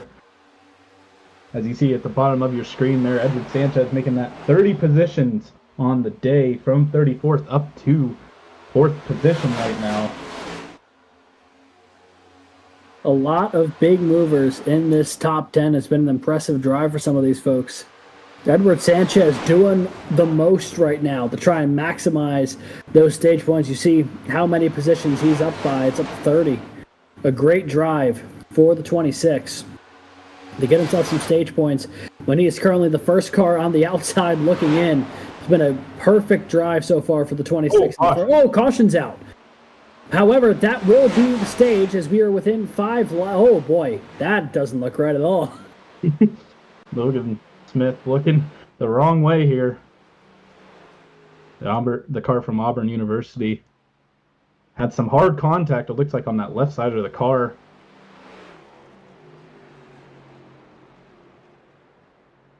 So hopefully that didn't break too much on that left side. Here's open. However, that right front wheel does not look particularly healthy at the moment at all. Nope. I think whatever happened to the 34 Logan Smith happened to him in a big way. Oh, yeah. That'll do it. Him and Zach Tallman in the 71. Big time collision off of 2. Well, while we have a second, real quick, I want to do the rundown of our top 10 from the stage finish here. Drew Williams, Charles Wembley, Garrett Vinton, Edward Sanchez, Jake Cummings are top 5. Oscar Enriquez, Landon Velicki, Clint Halterman, Andrew Stege, Edwin Onofre. Those 10 getting points. Sky Shrek finishing 11th in that stage. So, big stage win there for the 123 in his hunt for that regular season title. He's in a very tight battle right now with John Hagan. So those 10 stage points will go a long way. As we're going to watch the pit road action unfold here, a big pit stop to determine how this rest of this race could unfold. I think I saw every pit box filled there. You can see it as Charles Wembley, Drew Williams just edges out there. Sideways. Through the grass. There was a collective scream from all 3 of us in the booth here, producer Christian as well, as Garrett Vinton safely tries to rejoin pit road so he can not get penalized on the exit, but I don't believe that was his fault. I believe he may have had a little bit of help doing the landscaping there on the front stretch. When you have, at least 35 cars in pit lane, it's going to get crazy. And I mean, that's just how it goes in pit road. Everyone thinks that's probably the easy part, but sometimes, a car juts out from their pit stall, and then you don't know where to go. You're already too wide, and they don't know you're too wide. There's no real spotter callouts on pit road either if you're using the automatic spotter, so it's kind of hard sometimes. So let's see what happens at the 55 He came down pit road third, and it looked like he was going to be coming off of pit road a hair behind that. Overshot his box just a little bit, enough to lose a little bit of track position. And when he gets back on track, let me tell you, he goes for quite the wild ride.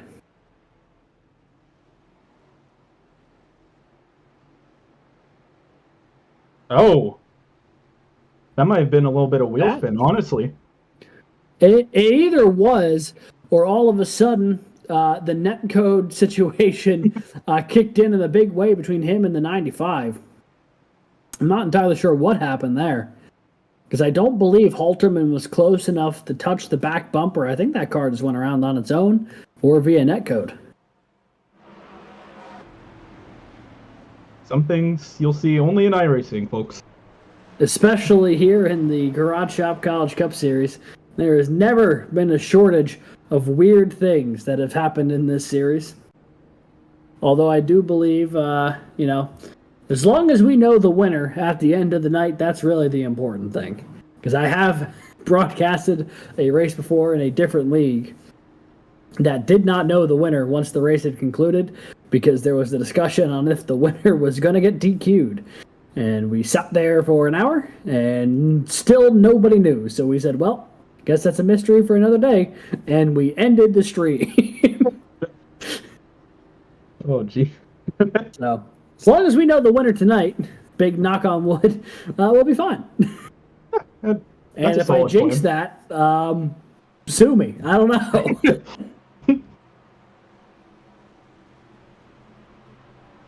So after the pit cycle, it'll be Drew Williams, Charles Wembley, your front row, Edward Sanchez, Jake Cummings, row 2, Clint Halterman, and Oscar Enriquez in that third row.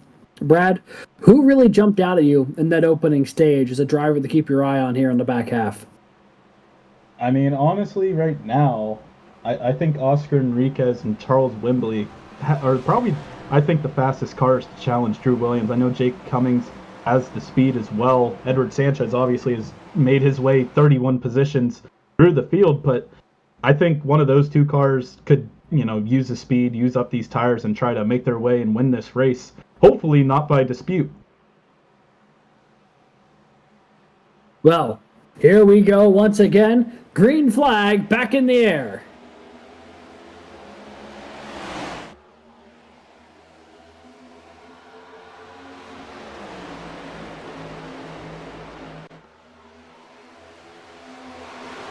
Edward Sanchez might be taking a look right here. Someone was getting spun deeper in the field.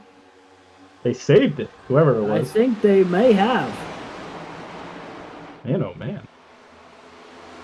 Speaking of men, oh man, here comes Clint Halterman. Where did he come from? He restarted 5th. Now the caution's out. Caution has come out here on lap 64. Oh. Muhammad Alif. Oh, and the engine's gone. Oh, jeez. Last week's winner. Billowing out of that Ball State machine.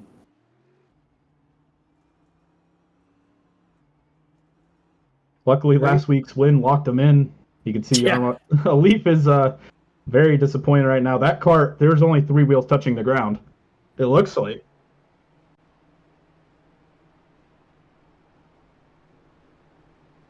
Well, smoke billowing out of the 12 machine.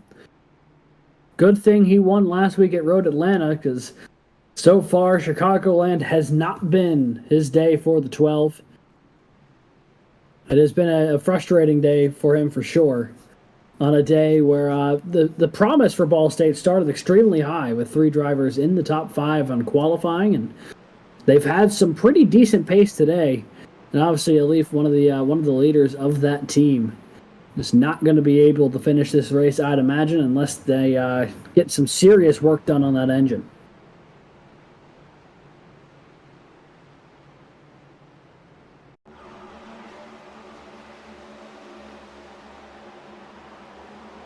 Oh, whoa.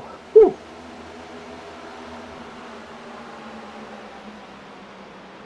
That was fast.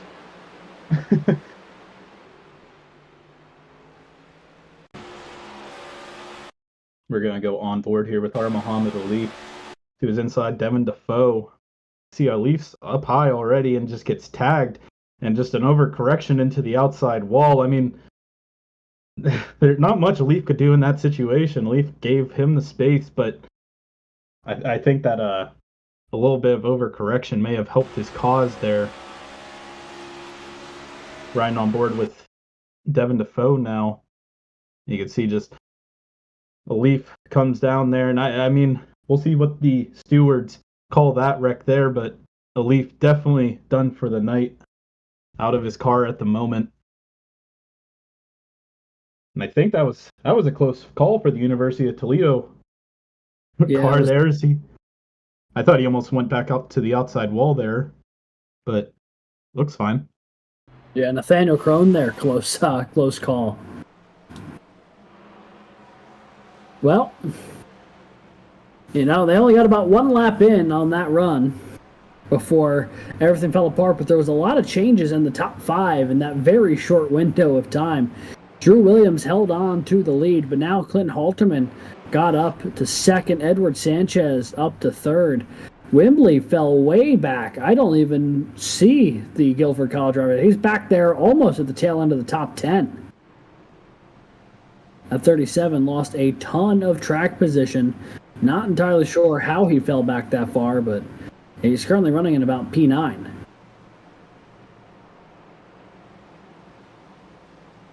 And one thing, I really like the 17 car. It kind of gives me reminiscence of like a Matt Kenseth like Crown Royale mixed match, which is like a Carhartt car. Oh yeah, honestly, that's a great pull. It looks really similar to that.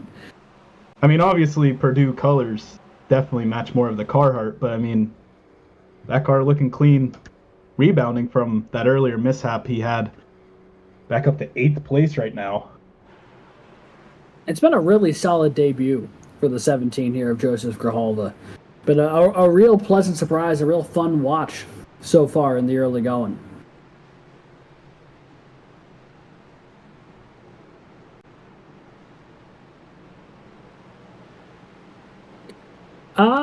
Maybe next time.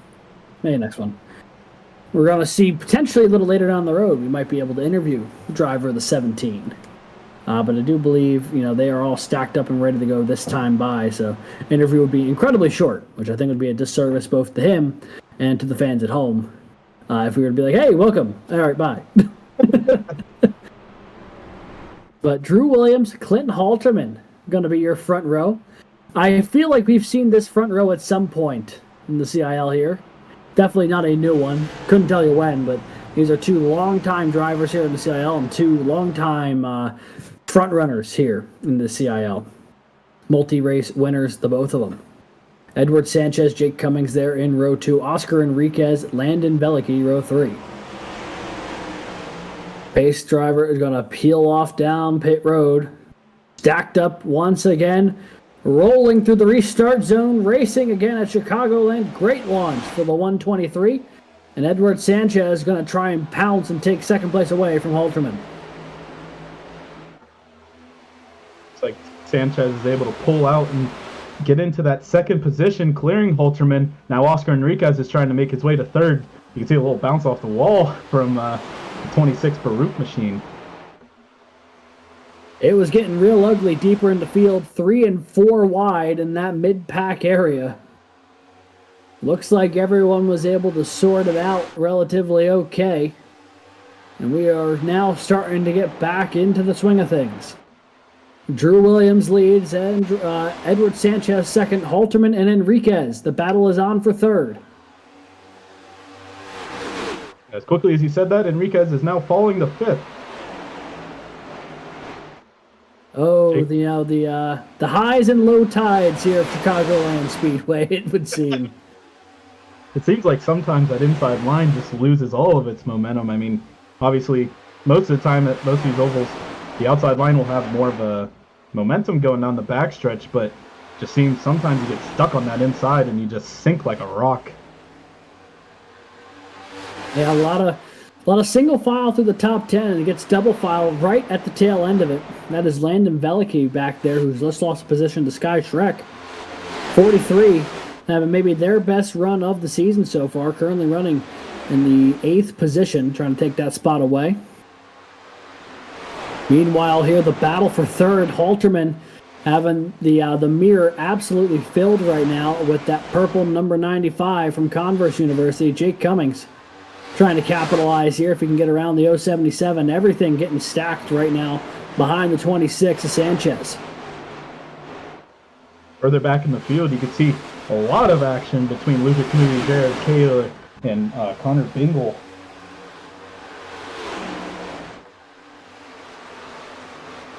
Getting real dicey in this mid-pack, Brad. This is not a place I'd like to be right now if I had anything to say about it. Yeah, I mean, like you said earlier, we thought Atlanta was next week, but a lot of this racing is somewhat similar to restrictor play. You got a lot of 2 wide, 3 wide, 4 wide, and just constant action, people trying to make as many positions as they can.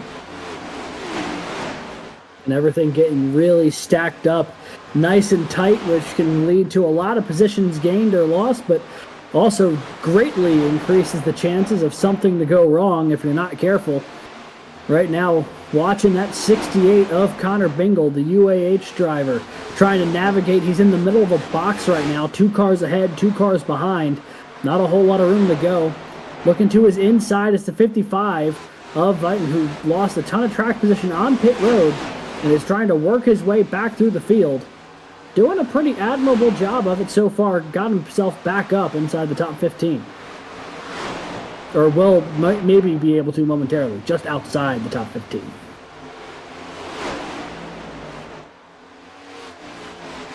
can see this, like you said, the field is starting to single file out here. Maybe prepping for a long green flag run here. I mean, we just got into the second half of this race. And I mean, outside of a lot of these movers, I think this top 5 or so is here to stay and try to, win this race. One driver we haven't really called out much is Bryce Kobler, currently in the 7th position, battling with Andrew Stege.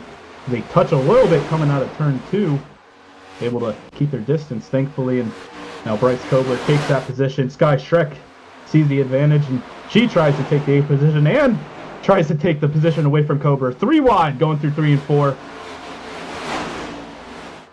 Oh boy, that got really narrow there. Kobler in the middle, Shrek down low, Stege up high. From bottom to top, Oklahoma, Emory and Henry, Ball State. The schools of these drivers as they make their way through 1 and 2. You mentioned a moment ago how we hadn't talked a whole lot about Bryce Kobler tonight as he currently runs in the 8th position. I feel like that's been a tale of the season for the 5 car and Bryce Kobler. He might have been having the quietest run of anyone so far this year. He's currently 7th in the points as they run entering tonight's race at Chicagoland.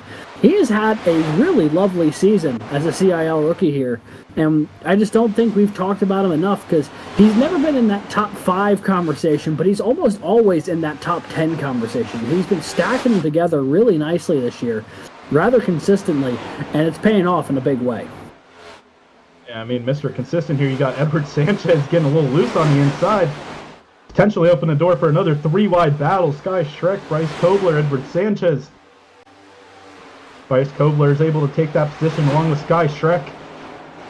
Man, oh man, I feel like those 2 cars are almost always in a 3 wide battle. I thought they made some contact. Sky Shrek inadvertently or intentionally nearly put that car in a spot where it was going to have no room to rumble between Kobler and Sanchez. There was almost no room there. And it found a way to make it work. Now battling with Grijalva in the just inside the top 10. Looks like the 43 and the 17 actually made a bit of contact there going into turn 1. The 17 way up the track to the outside. Gonna fight back on that outside lane though with a real heavy launch off the corner. Edwin and Ofrade lurking just behind him as well. It's been a quiet day for the 199 after a turbulent road Atlanta to say the least. But he comes in today 6th in points and could really put himself in a great position going into Atlanta next week with a good finish tonight.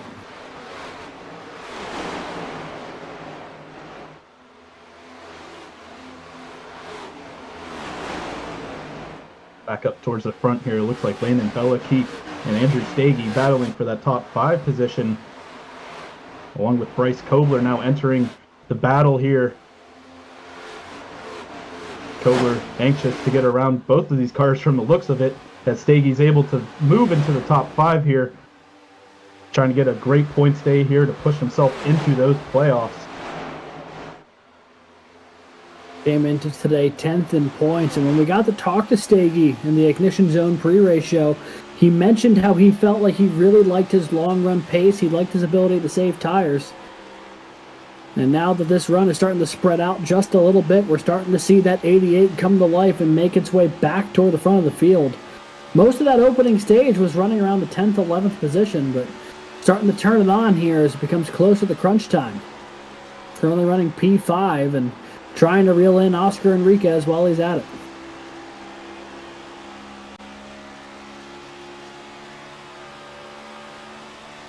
I mean, Bryce Kobler right now seems like he has a fast race car. He's always on the tail end of somebody, and if he's not, he's catching you. You see he's on the inside of Stege right now. Stege able to stay ahead coming through the tri-oval as we have a caution. Caution's out. Oh. Another backwards. Schulenberger. Oh no. The nightmare continues for the Wingate number 7. And I think he called it quits after that one. Stockner currently in the grass doing some lawn mowing. I think this is about the first time we've seen Schulenberger really get frustrated all day, and the gloves have come off, which I believe could be an indicator that his day might be done.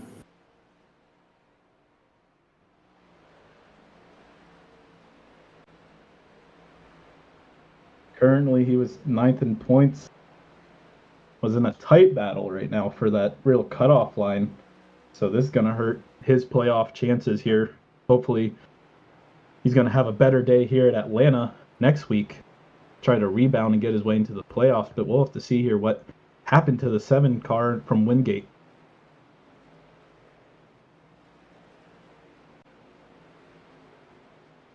Yeah, let's see if we can take a look and decipher exactly what happened to the Wingate machine. Oh. Getting bounced around a little bit there between Moody and Harpine. But everything looked all right through that part of the track. It's like everything was all right there through that time around, but you could see how close the quarters are as Kaler goes by. And I believe the incident is coming off of turn 4 is what we're looking for. Oh, Guy Shrek sending it in there, giving a little bump to the 7. Oh, and then got the apron, made contact again. Oh, and around the 7 goes big time into the 124. Heavy, heavy damage. Oof. You can see the frustration. You can see the disappointment. I mean, Nick Stockner also had nowhere to go. That was pretty much just a car shot up at him on that outside line.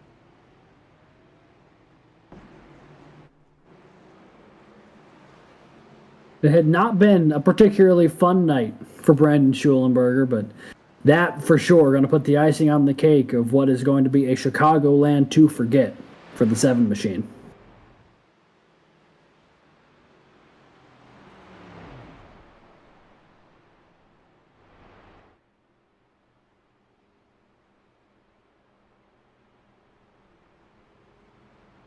Brad, am I reading this right? Are we on lap 85 here? Coming to 86, correct. Alrighty. So, with that, folks, we're just under 50 laps to go here tonight from Chicagoland. It's been a fun one so far. A lot of cars had just come down pit road, and there has been a shuffle up at the front of the field. Look who's going to be leading the field to green for the first time here tonight. It is going to be Oscar Enriquez, the George Mason machine, the 56.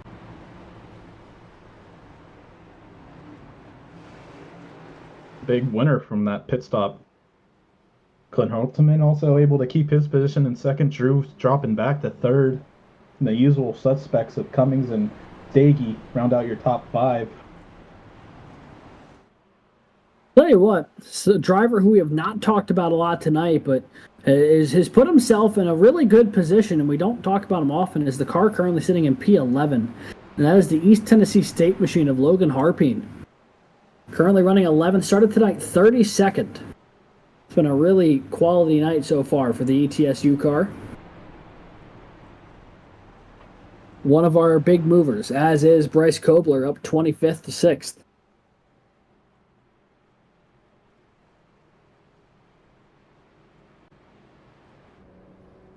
While we've got a second here, I'm going to see if we can pull the 17, if that's cool with you there, Producer Christian. All right, we're going to pull him real quick. Hey there, Joseph. This is Alex and Brad up in the booth. You got a copy? Hey, Alex, I got you. Hey, well, so far it's been a pretty solid debut for you here in the College Cup Series. Running in the top 10 a good bit of the night. How's the car handling? How are you feeling right now? Oh, man, the car feels great. I can pretty much put it anywhere, and it's going to do what I want it to do. So props to Makoni for the great setup. It handles very well. I'm really proud. Alrighty, well, what's it going to take to get those couple extra positions and potentially see you on the podium when this one's said and done tonight? I don't know, man. It's going to be pretty tight there for a top 3, if anything. Drew's really fast there. Got to get clear of some of these guys and see if I can fall in line and maybe get them on a long run if we can get one. But a little luck, I think, is going to help. Alrighty, well, hey, we're going to wish you the best of luck so you can focus up for this restart. Hey, I appreciate it. Thank you.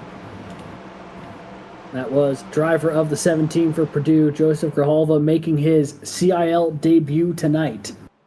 Currently running in the P7, you can see that black and gold car, 4th on the inside. Sounds like he's having a good time, isn't it, Brad? Oh, definitely. It's a great day for inaugural CIL races. You can see George Mason brings the pack to the start-finish line. Diving into turn 1, 3 wide behind him. Kobler, Sanchez, Cummings. That battle for 6th. Everyone fanning out, trying to condense back down. The most dangerous game of accordion you're ever going to see is Drew Williams going to look to take the lead away from Oscar Enriquez here in turn 3. He will take that spot away. Drew Williams back to the point. Enriquez going to chase him down the apron, trying to get around him. And now it's Stege and Grijalva battling for 3rd. Grijalva wasted no time to get up into that top 3. Now looking for 2nd, possibly on that inside line, still on the inside of Andrew Stege. Whoa, what a move. The 17, decisive, nearly took off the nose of Jared Kaler. The former champ probably not too pleased with that. He's going to look to the inside of the Purdue machine here on the front stretch. I mean, you got the newcomer versus the veteran here in this battle, so Jared Kaler definitely not pleased with that backstretch move. But it looks like the 17 is able to pull ahead, take that position as Andrew Stege's on the inside of Oscar Enriquez. For 2nd, 17 is going to give Oscar a little bit of a push going down the bump stretch, maybe a little too much as the 56 is up on the very high line.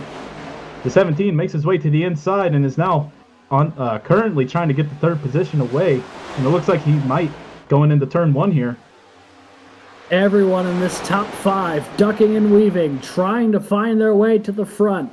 It's a mad scramble to get the 2nd and to be the one to challenge Drew Williams for the lead. Right now, it's Stege and it's Grijalva battling for P2. That's 17 up high, the 88 down low. The 2 drivers we've had the privilege of talking to throughout tonight's broadcast battling for 2nd right now, which has got to be pretty cool. Jared Kaler runs in P4, Bryce Kobler P5 as they run. Just over 40 laps to go here in the Windy City 200, the penultimate race of this regular season for season 11. On board, that is the battle for 2nd. Grijalva on the right side of your screen, Stege on the left side. And now the 17 closes within a car length of the lead, Kaler a car length behind him. Looks like Grijalva's checking every piece of equipment going down this front stretch.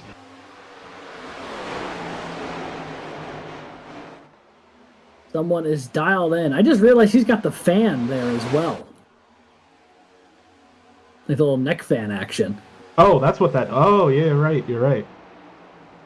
So he's got the neck fan, the VR, the gloves, the rig. He's got it all going on right now. Trying to use it all to the best of his ability to track down Drew Williams as things are getting really squirrely deeper in the field. You saw Stege hit the wall, and it looked like he was a little concerned with his face there. You know, he was definitely hard hitting to the wall, but he's able to keep that third position and pull a little bit away from Bryce Kobler and Jared Kaler as they try to battle it out for fourth position. Cummings and Kaler battling for P5. Kobler gets around for fourth. I think he clipped the wall just a little bit there. Kobler going to look to the outside of Stege here going in the 1. The 5 with a really good run. The 58 going to try and follow him on through.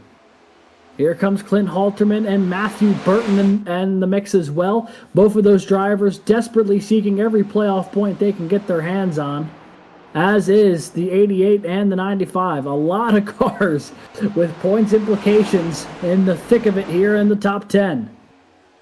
Oh, big dive from Halterman. Cummings couldn't get there in time for the block. They're going to be 3 wide down the front straightaway with Burton up high. But ultimately, Halterman had to bail out. And guess who's back in the top 10? It's Arizona State and Garrett Vitton. What a rally. He's determined right now to get back to where he was. Burton just got a huge piece of Andrew Stege up there. Sorry to cut you off. I thought the 88 was about to get looped. Oh, no, I thought so too. So 3 wide going through the trioval. Jake Cummings currently driving every lane that these 3 drivers are running. A little bit of contact between Halterman and Burton. A little bit more with Stege and Burton. The 33 in desperate situation, about to become a pinball if he's not careful. Nowhere to go, though, for the ETSU machine. The only way out is forward, as he's got Veliky right on his back bumper as well. An absolute pack of cars roaring down the front straightaway. More contact between Veliky and Halterman. The elbows are out here on lap 98. Look at this 3x3x3. Veliky, all types of loose. Everyone scrambling to get around him. How have they not wrecked?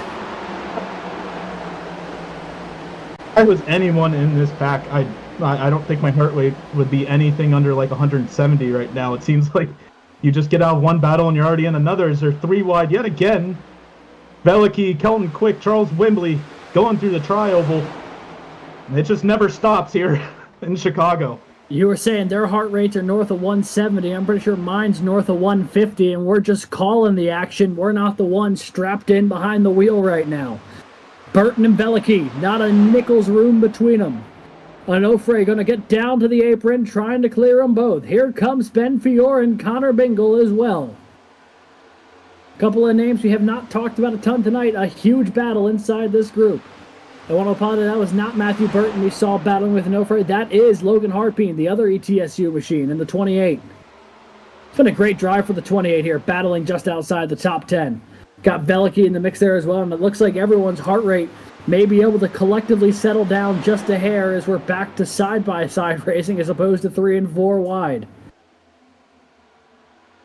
Ooh, I don't think my heart rate's going to be going down anytime soon, no matter what. Just past 100 laps here in Chicago land. And I mean, every 100 laps, it seems like there's always some 3 wide action going on. Now I'm looking up at the front of the field, and we've got a new contender to try and take away the lead from Drew Williams. This time it's the Emery and Henry driver of Bryce Kobler. That 5 machine started back in 25th. He's had to work quite a bit tonight to put himself in this position, but with just over 30 laps to go, he is within striking distance of not only the lead, but potentially his first ever Garage Shop College Cup Series win that could lock him in to that playoff 12.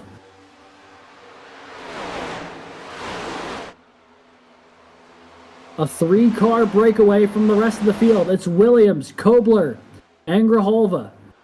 And then it's Cummings and Kaler leading that second pack of about 5-6 cars. Then you see the 4 group there with Garrett Fitton, and then it's a whole mess of cars behind him. I mean, Bryce Kobler today, he's been on a mission and he's, tracking people down. And he did run track and field for 2 years, everyone, as a sprinter for the Emory, wow, I can't speak, commentated collegiate sports for Flow Sports and radio. So he is always on the run, it seems like. Yeah, not all. I was about to say something really, really messy there. But contact there. Speaking of messy, contact between Kobler and Williams, and the Emory and Henry driver going to sneak on by to take the lead away here on lap 104. Grijalva going to try and follow him on through on the inside. The 3-car battle for the lead is on here at Chicagoland. Williams able to clear the 17. Can he find his way back around the 5? How forgiving will the 123 be after that? Gets to the back bumper, but nothing happens that time around. That's still half a car length, the gap between the 5 and the 123 as they make their way off at 2.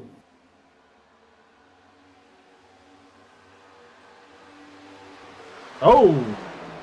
It looks like a little more action down the backstretch. These two aren't done. We saw Brandon Schoenberger take his gloves off. It looks like these two drivers are taking them off for a different reason. Trading some blows here throughout the track. Yeah, now Kobler going to look up high this time. Williams going to try and dive to the inside. Driving it in really deep. A little bit of contact. A little bit of leaning on each other off of turn 2. Exhilarating stuff here from Chicagoland. A great battle for the lead. More contact into turn 3. Williams, Kobler, duking it out here for the lead, both looking for their first win of the season. And then you've got the debut of Joseph Grijalva right behind him in P3. And all of this battling has allowed Jake Cummings to get back into the mix as well, looking for his first win of the season.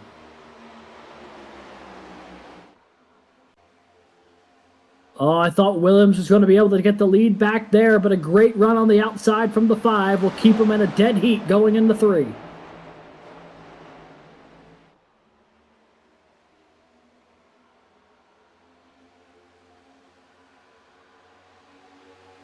Still side by side. Oh, go for it. Oh, I was going to say, still side by side between these two. As you can see, third place, also Jake Cummings taking advantage here. And we got Jared Kaler now joining the picture along with Matthew Burton.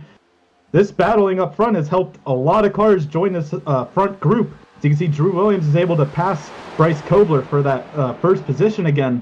And that, just like that, they're back to single file. Things have calmed down just for, forget I said anything. Matthew Burton hammered the outside wall there in 4. Lucky for him, he was able to keep all 4 wheels on the ground, still chugging away in P6. But with 25 laps to go, Drew Williams leads by over Bryce Kobler, Jake Cummings, Joseph Grijalva, not sure what I was trying to say there, and Jared Kaler as they run. Winner of this race will lock themselves in, potentially, to that playoff 12 if they finish within the top 20 in points, I believe. Williams, Kobler, Cummings, Kaler, Burton, Halterman, even Moody, Stege, and Viton, all drivers who that would apply to. Or will we see a win and a debut for the Purdue machine there in P4? Lot to play for as the laps slowly tick away here from Chicagoland. Williams once again has the lead, but for how long will he be able to hold on to it before another driver makes a run at him? It was a great charge from Kobler to get up to him. Will someone else have the power to do that again? I think everyone behind third place would like to see someone catch him so they could all catch back up and battle it on out.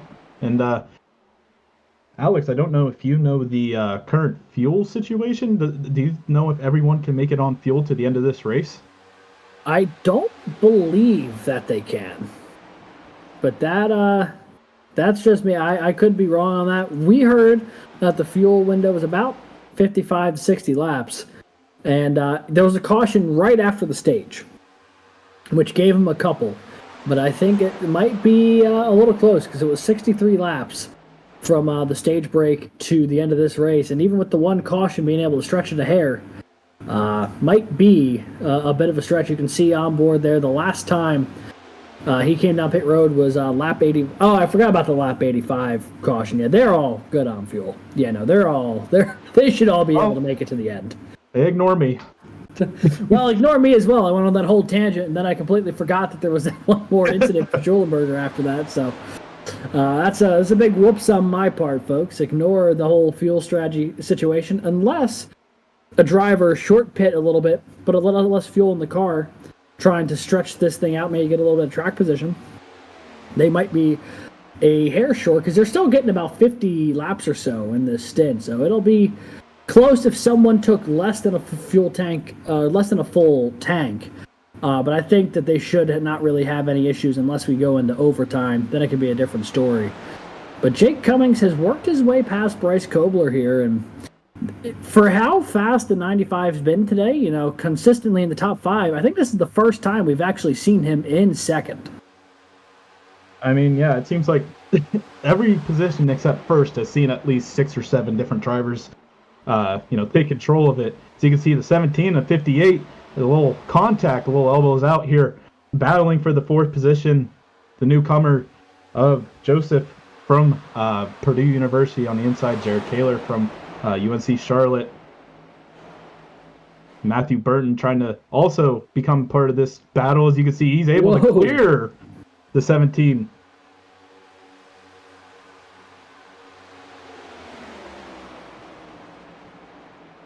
Grijalva ultimately went from trying to take a position to losing one. As you can see, the 77 and Andrew Stege behind, a little bit of contact and one there, but it looks like Clint Holtzman's able to keep his position.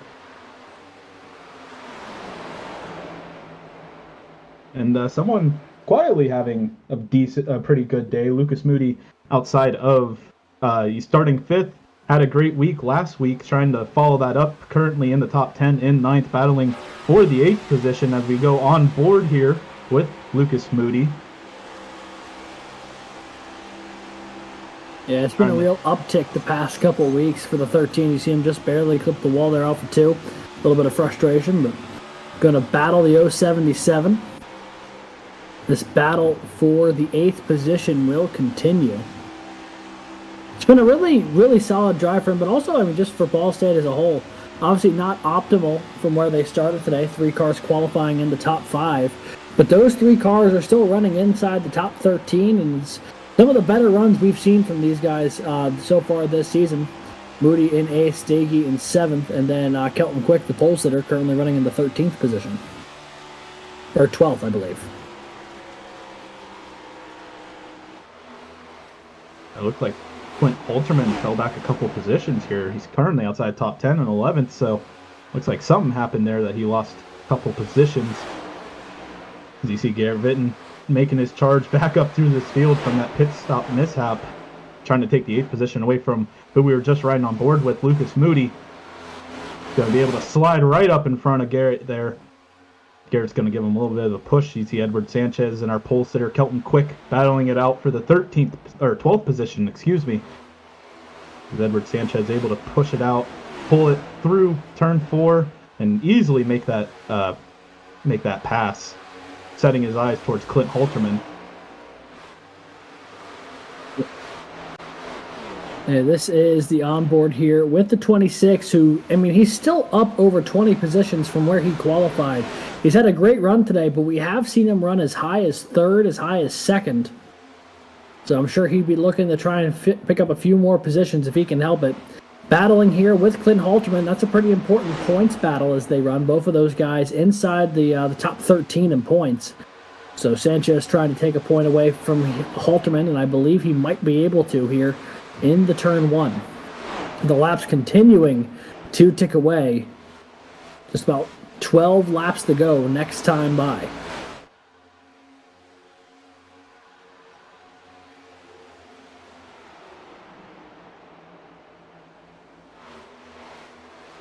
You can see Edward Sanchez currently saying it's, whoa, a lot of contact coming out of turn 4. Whew.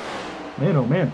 Lucas Moody had to save that one safely, and Garrett Baton still on the back bumper, really on the back bumper of the Ball State 13 machine. Edward Onofre on the inside of Garrett Vinton now. Man, that was a little hectic set of corners there. If you could pick only 3 cars to watch over the past 2 weeks between Road Atlanta and today, and you picked these 3, Moody, Onofre, and Garrett Vinton, you'd be more than entertained just from these 3 guys alone with everything that they've been up to the past 2 weeks. Incredible battling, some incredible saves. We've seen Moody make a couple of them already tonight. I mean, just incredible stuff from these guys, and they continue to duke it out here. This is P8. Looks like Vinton will finally get on by Lucas Moody. Now Sanchez going to try and make it 3 wide potentially as he dives in. The 13 going to lose 3 positions there on the back straightaway. Can't say I blame him, though. That car was halfway to Sunday when he had to try and correct that thing there. He's been having a wild time behind the wheel tonight. I mean, Edward Sanchez really took advantage of that situation, too. He was able to make that a 2-for-1 special and trying to make it 3 now with Garrett Vinton on the chopping block. 10 laps to go here from Chicagoland. The Windy City 200, the penultimate race of the regular season. Drew Williams leads by about 0.4 of a second over Jake Cummings. That presents itself as about a 3-car length advantage over that 95 machine. It's about a similar distance back to Bryce Kobler in third. But so far, it has been a near picture-perfect day for the Clemson driver. Missed out on the pole by a 100th of a second. Took the lead on lap 1 and has led by far the majority of the laps here today, and has put himself in position to potentially get his first win of the next-gen era here. He has 2 previous CIL wins, both with the Gen 4, one of them at this very track. But Jake Cummings trying to pick up his 3rd career CIL win, he might actually have more than that, but 3rd since the start of Season 10, and his first this season. He came so close. I want to say it was at Auto Club earlier this year when he had that tangle with John Hagan. Could today be the day for redemption for the 95? You see, he's using everything he can. You saw hit coming out of turn 4. He took a massive hit off the wall. It's going to slow him up a little bit.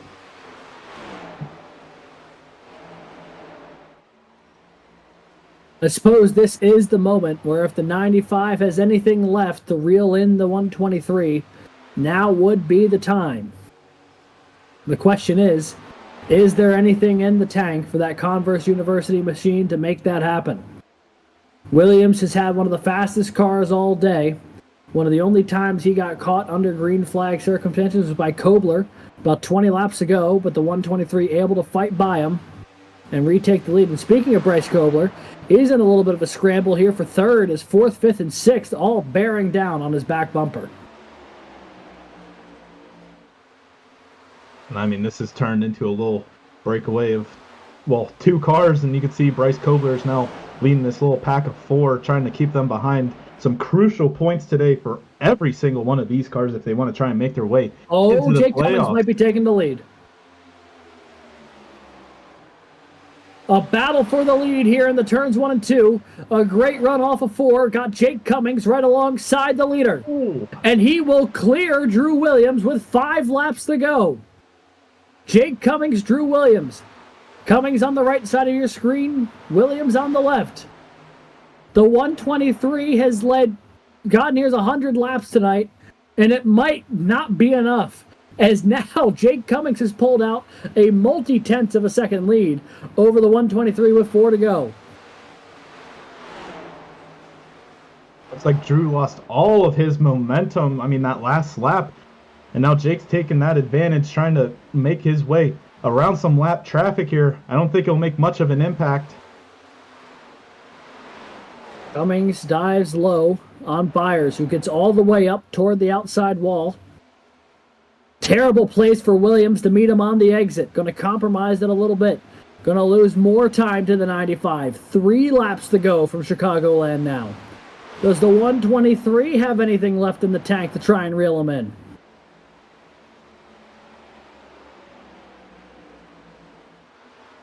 It looks like Cummings trying to clear the lap car, I believe, of Carter Copini, the Paul Smith College machine.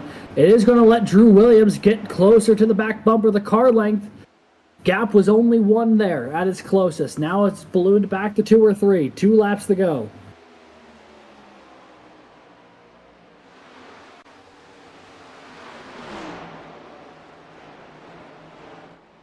Drew's taking that this low line into turn 1, trying to get the most he can out of the turn. You can see his facial expressions say it all. He's trying to do everything he can to make it up to Jake Cummings, but right now Jake is making his way through this lap traffic. Off of turn 4 they go. White flag in the air here from Chicagoland. White flag presented by the McConey Setup Shop, the home for setups, paint schemes, coaching, and more. Visit McConeySetupShop.com today and subscribe. Cummings pulls off of turn 2 for the final time. 2 corners separate him from a lock to the postseason. He came so close at Auto Club earlier this year, but today, here at Chicagoland, he'll pick up the first win for Converse University and punch his ticket to the playoff 12, winning the Windy City 200.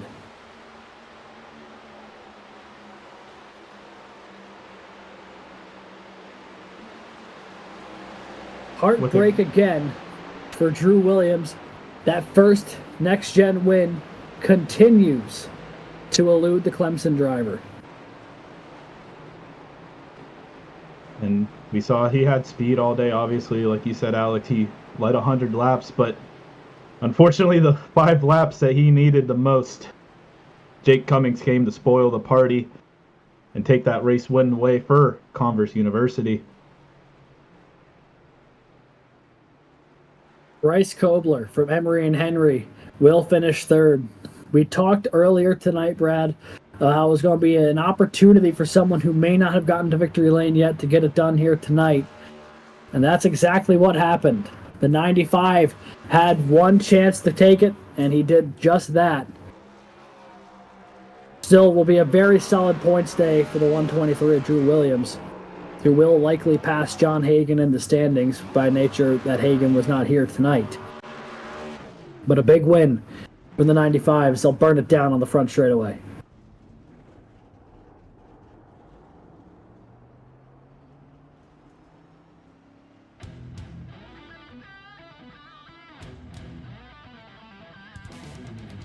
And with that, we're going to take a quick commercial break.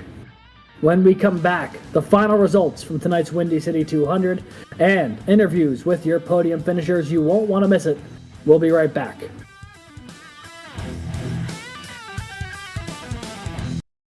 Racing isn't easy, but experiencing it is. iRacing puts you in the driver's seat with the industry's leading sim racing game. Drive on laser scan replicas of the greatest racing circuits from around the world. Go head-to-head against other drivers chosen by skill-based matchmaking to ensure competitive racing at every level. Compete across all your favorite series. In officially licensed cars, engineered to deliver the most accurate driving experience possible.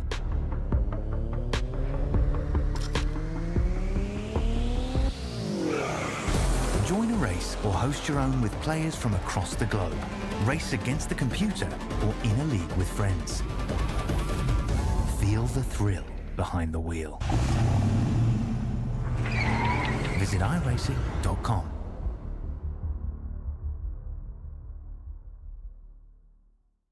When you want to be the best, you can't settle for the rest. For anything on iRacing, there's just one name you need, McConey. With the launch of McConey Entertainment and McConey Competizone alongside McConey Setup Shop, we now provide the best of the best in setups, paint schemes, coaching, broadcasting, and event organization. With cars across all 4 license classes, we have what you need to hit the track with confidence. Grab a subscription and save money while going fast at McConeySetupShop.com/subscriptions. And remember, at McConey Setup Shop, there are setups, but your victories.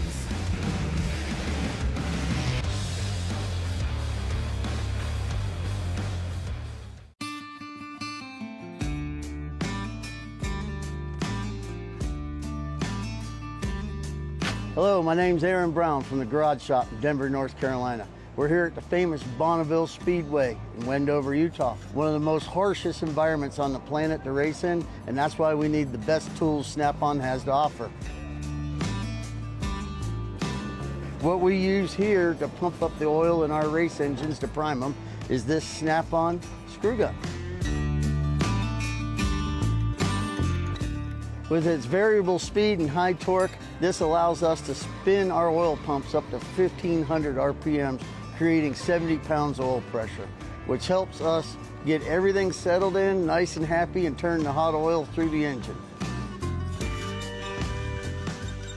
Compact, lightweight, and able to fit in really tight spaces. Its 9-position clutch allows us to torque things, nuts, bolts, from 8-inch to 50-inch pounds. Small size and high performance helps us get into many places on a race car where normal tools can't. Under the dash and the engine compartment, we also use this to drill a lot of holes in very tight spots.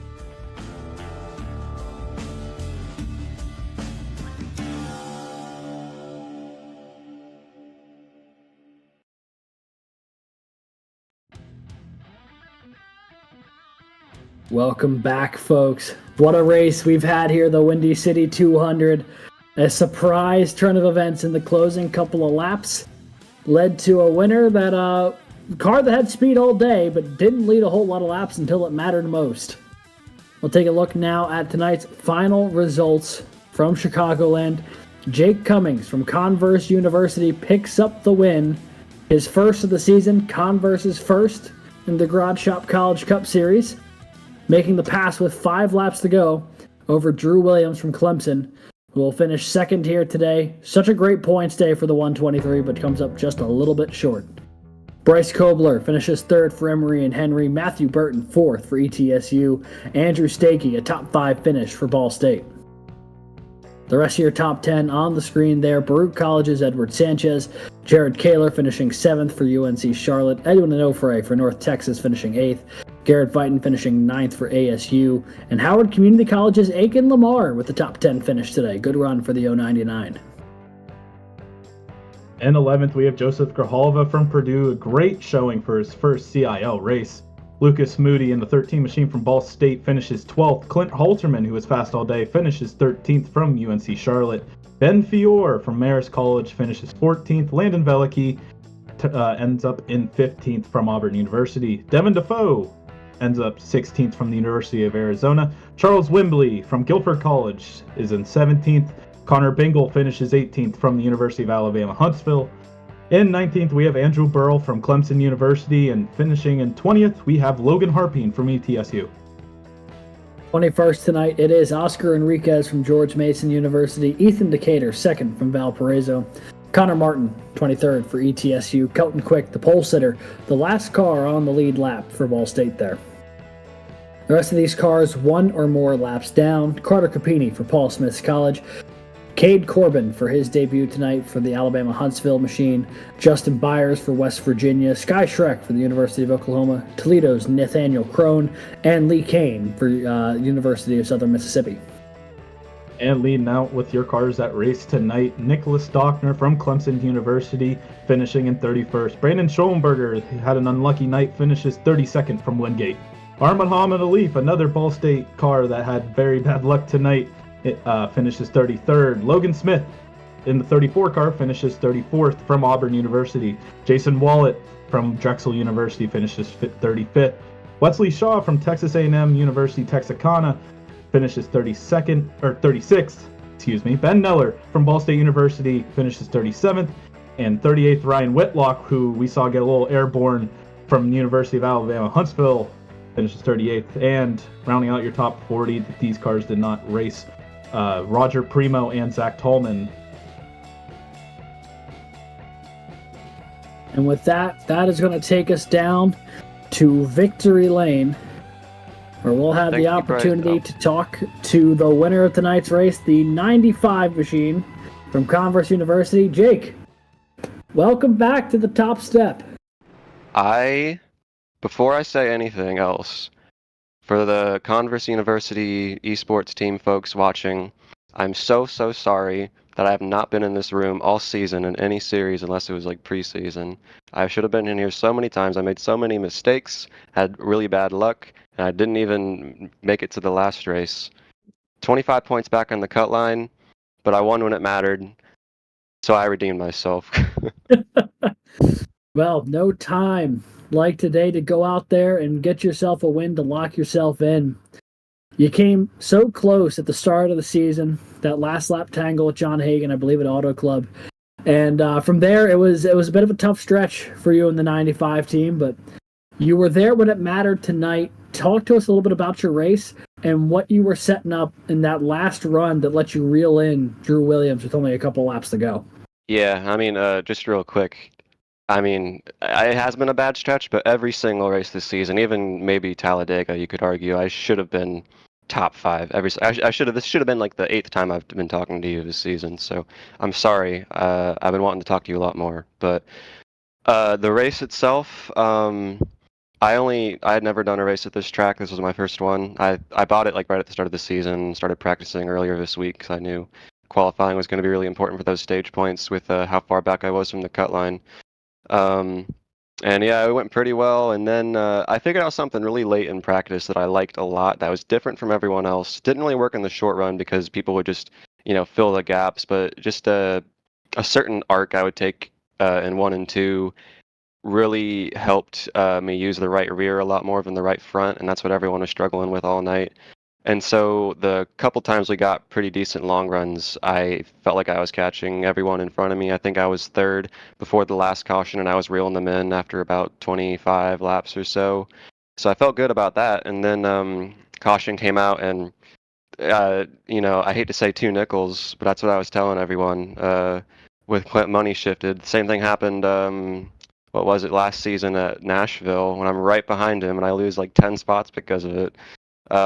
Really pissed. It made me really upset this time just because of the position I'm in. But I think I dropped to like 10th or 11th, managed to claw my way back all the way to the front. But yeah, I mean, being able to make up some spots before I started tire saving right after that was really key. And then, Bryce, he finished 3rd. He's usually really aggressive, and we saw that tonight. Aggressive but fair. But he was really nice to me. I think he cut me some slack because of some other race where something happened between us. He basically let me go for a second, and that helped a lot in honing in on Drew. And when I first got there, I was kind of just in a wall. I couldn't really gain on him, but I was like, okay, stop pushing so much right now. I'm just burning my right front like he probably is. And I just made sure I was running different lines. I was being really patient, getting back on the throttle. And I mean, when he made that one opportunity, I was there to seize it. And it was kind of, he had a couple lap cars that we were some miscommunications with, but it was all good in the end, and I had just enough of a gap to not really have to worry about it. And I was just praying, come on, let's make it to the white flag, please. I was like, this is not like all season we've not had a green flag stretch all the way to the end, so I really was not very hopeful of that. But yeah, this was the cleanest race of the season, even though it wasn't perfect. It was really fun. Really fun track, honestly, once I figured out what I had to do to save the tires. Saving the tires it's always been one of my weak spots, so to get a win because I did the best out of everyone, basically, I'll definitely take that. Yeah, and it's a big win at a big time for you. Obviously, you mentioned coming in well behind the cut line, but now locking yourself in, and I'd imagine that'll take a lot of the pressure off of Atlanta next week. Those restrictor plate ones, always a bit of a toss-up, and now you don't have to worry about it too much as the 4th driver who will be locked in via win to the postseason. Yeah. Probably should have gotten it at Kansas, like you said. It was Kansas. Yeah, I thought it was Auto Club. Yeah, well, yeah. Either way, it doesn't really matter now. But yeah, I mean, I thought I'd already be in the position to not have to worry, and then I had to worry more and more and more throughout the whole season. It was like I'd do pretty well in the stage or something, and I'd be there right at the end or pretty close to the end, and then something would happen strategy-wise or luck-wise, and I would end up getting a really mediocre finish. But I was still pretty good to the cut line, so I felt good all the way up until Nashville, and then when I had to miss Road Atlanta, which was I was so sad. I loved practicing at that track beforehand. It looked like a really fun race, but it was a really good time. I did not want to have to try to do it at Atlanta. I'm probably going to get involved in a wreck next week because I won tonight, but that's okay. Those That playoff would points keep up are. the trend with what happened to a Leaf tonight. So Yeah, yeah, you're we'll have right. to see.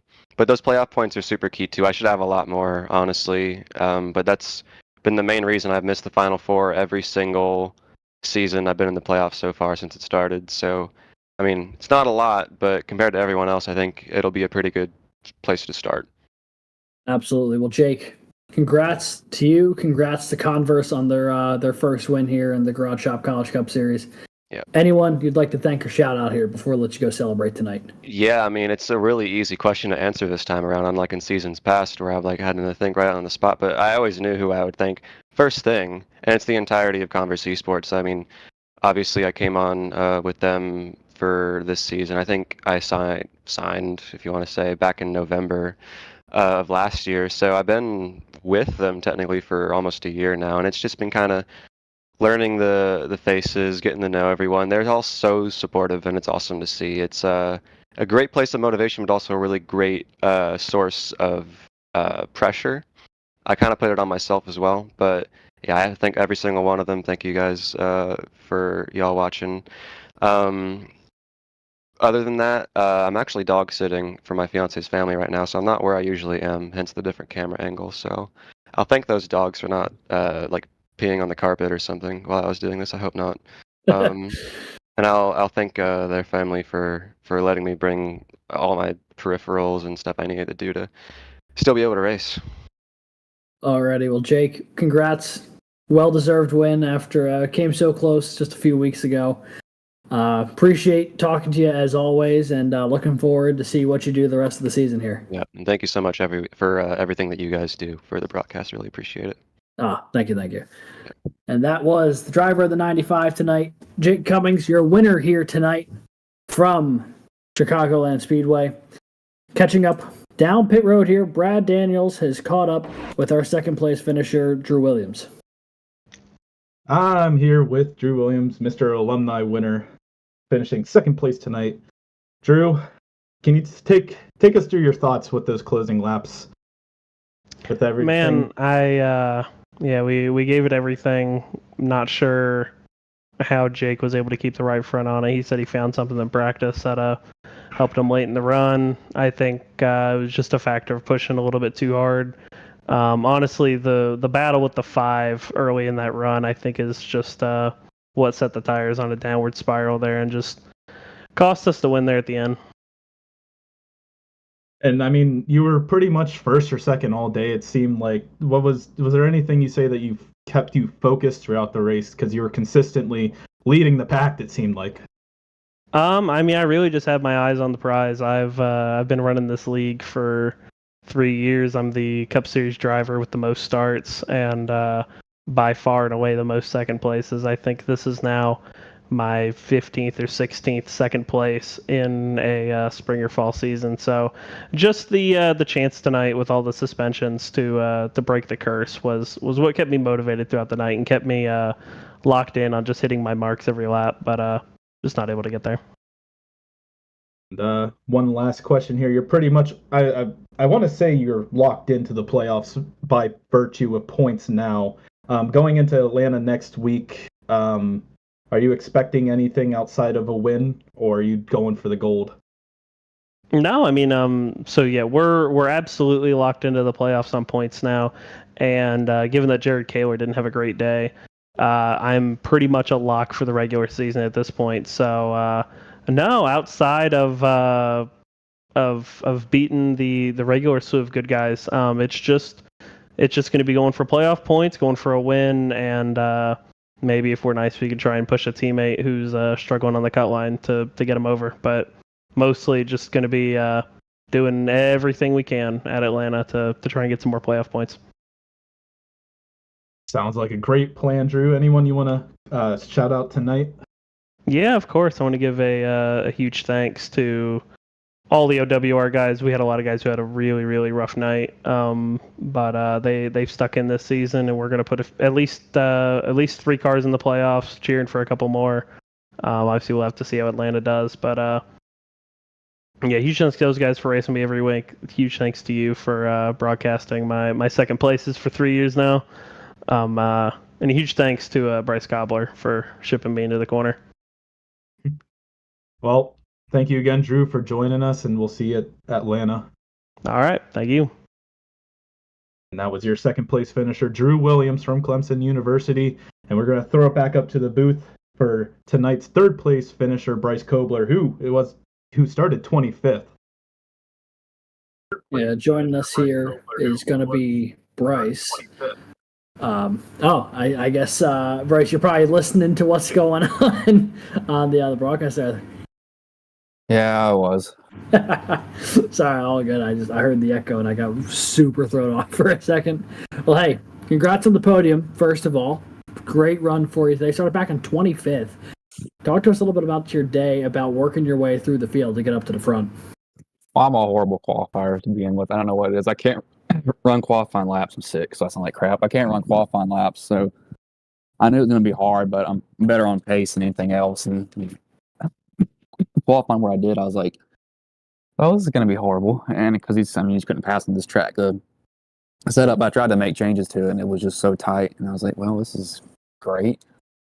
And fell back a little bit. And in that first wreck, Nick, I checked up for it. Nick got in the back of me, but didn't get any damage. And I think the second or third one, Brandon came down and sideswiped me, but luckily I didn't hit whoever that was really hard because I locked the brakes down a lot. And it was really just working my way up through the whole entire field. And I knew I had to be aggressive with making passes. I was making a lot of, I was not chopping noses off, but if there was a hole, I was taking it. I was forcing my car where I knew there was room, but it was really close a lot of the time because it was just so hard to pass. And then that final caution, I had a decent pit stop, so I knew I had a chance, but then Clint missed his shift, and I was like, oh, God, I'm going to drop multiple positions. But I tried to let them burn their tires off, and some of them did. I got stuck behind Joseph, and it's just so arrow tight. And I was like, this is just, I couldn't do anything. Got around Joseph. I was trying to mess with Drew. I was trying to see which line he would take for a couple of laps, and I got a big run off him. I think he smacked the wall coming off the corner. And then we got him crying and complaining because I even apologized to him. I said, yeah, I made a late move when I hit him.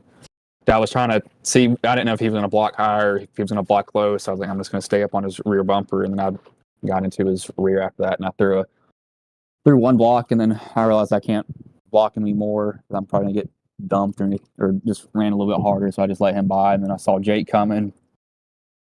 I knew if me and Jake got to racing, it was over for me and him, so I just let Jake on by after that, so he could go catch Drew. I was hoping he'd go catch him. They'd get side by side and race each other, but they didn't. But I had to throw a block on Kaylor about 5 laps to go, and I got him racing side by side with the ETSU guy, and I was like, thank the Lord, finally got a podium finish. I've had a car that could have gotten multiple top fives and at least one or two wins, just it hasn't fallen the right way for me pretty much the whole entire season. But I mean, it wasn't a horrible race by any means. I just wish the car wouldn't burn the right front off like it was.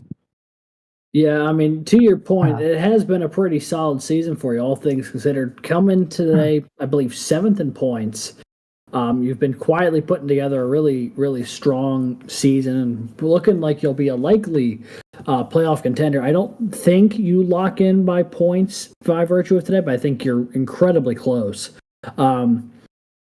Does that take a lot of the pressure off of running Atlanta next week, knowing how those restrictor plate races can be such a wild card if you're already that close to making it through the cut line?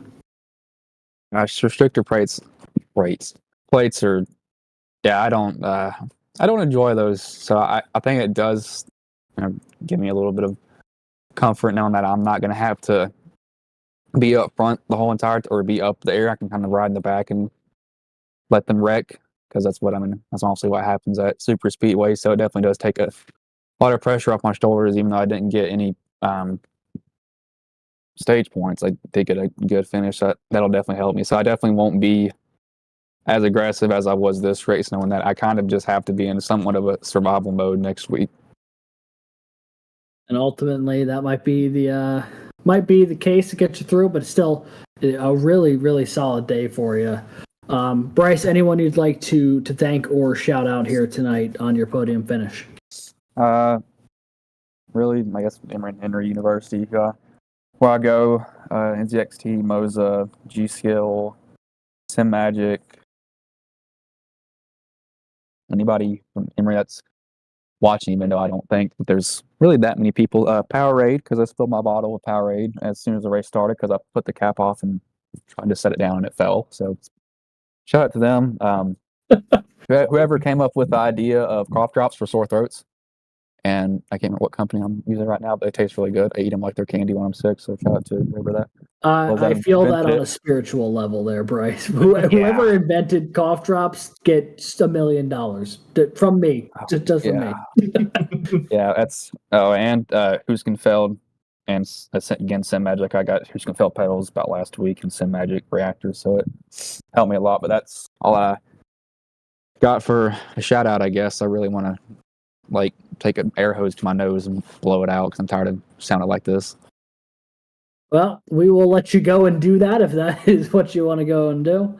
Bryce, congrats on the podium finish. Congrats on the good run tonight and what has been a really solid season for you so far. Excited to see what happens next week in Atlanta and potentially to see a potential championship run from you and the 5 team here. All right. Thank you. And that was our 3rd place finisher tonight, Bryce Kobler from Emory and Henry University. That number 5 machine. Great run. And that will conclude our interviews here tonight. Brad, as we start to wrap our coverage here tonight, only one race remains to settle 8 more playoff spots. What do you think Atlanta's going to hold? It's going to be a lot of crazy action. I don't think you're going to see one instance of heart rates being below 150 next week at Atlanta. It's going to be restrictor plate racing, a lot of close racing like we saw tonight, but even crazier, a lot more cars trying to go for every inch they can, trying to make their way into the playoffs. It's going to be chaotic. It's going to be dicey. It's going to be what I affectionately refer to as Atlanta Dega next week at 8:30 p.m. Eastern, right here on the CIL YouTube, the 8th and final race of the regular season here for the Garage Shop College Cup Series. But if you don't want to wait that long, there is 2 more races this week, folks.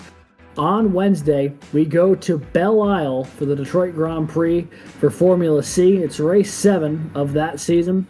Coverage begins at 8:45 Eastern for that race for Formula C.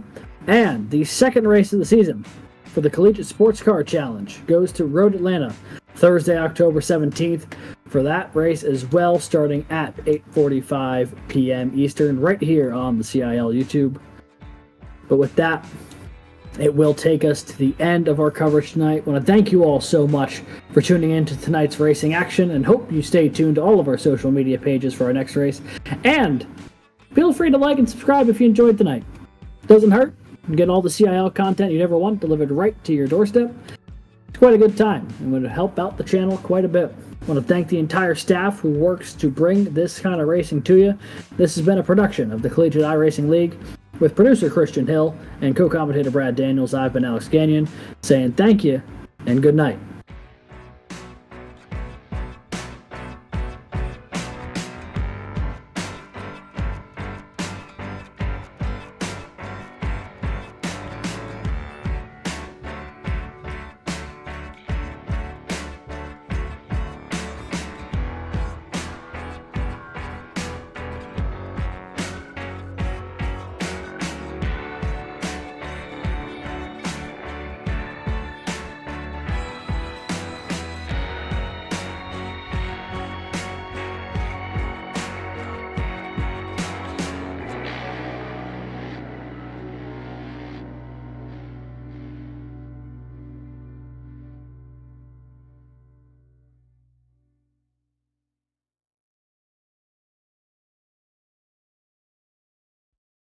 Racing isn't easy, but experiencing it is. iRacing puts you in the driver's seat with the industry's leading sim racing game. Drive on laser scan replicas of the greatest racing circuits from around the world. Go head to head against other drivers chosen by skill-based matchmaking to ensure competitive racing at every level. Compete across all your favorite series. In officially licensed cars engineered to deliver the most accurate driving experience possible.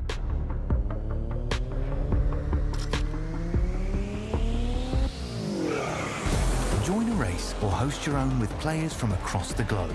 Race against the computer or in a league with friends. Feel the thrill behind the wheel. Visit iRacing.com.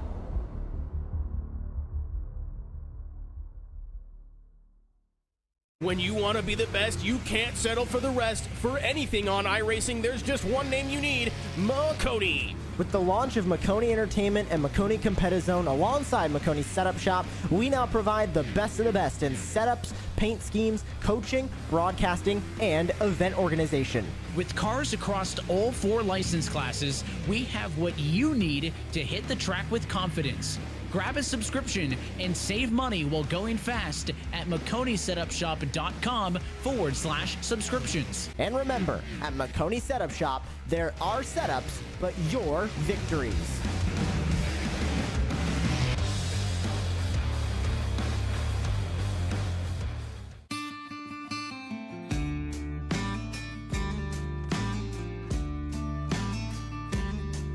Hello, my name's Aaron Brown from the Garage Shop in Denver, North Carolina. We're here at the famous Bonneville Speedway in Wendover, Utah. One of the most harshest environments on the planet to race in, and that's why we need the best tools Snap-on has to offer.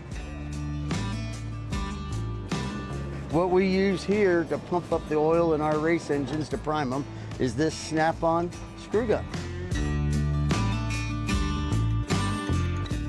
With its variable speed and high torque, this allows us to spin our oil pumps up to 1,500 RPMs, creating 70 pounds of oil pressure, which helps us get everything settled in, nice and happy, and turn the hot oil through the engine.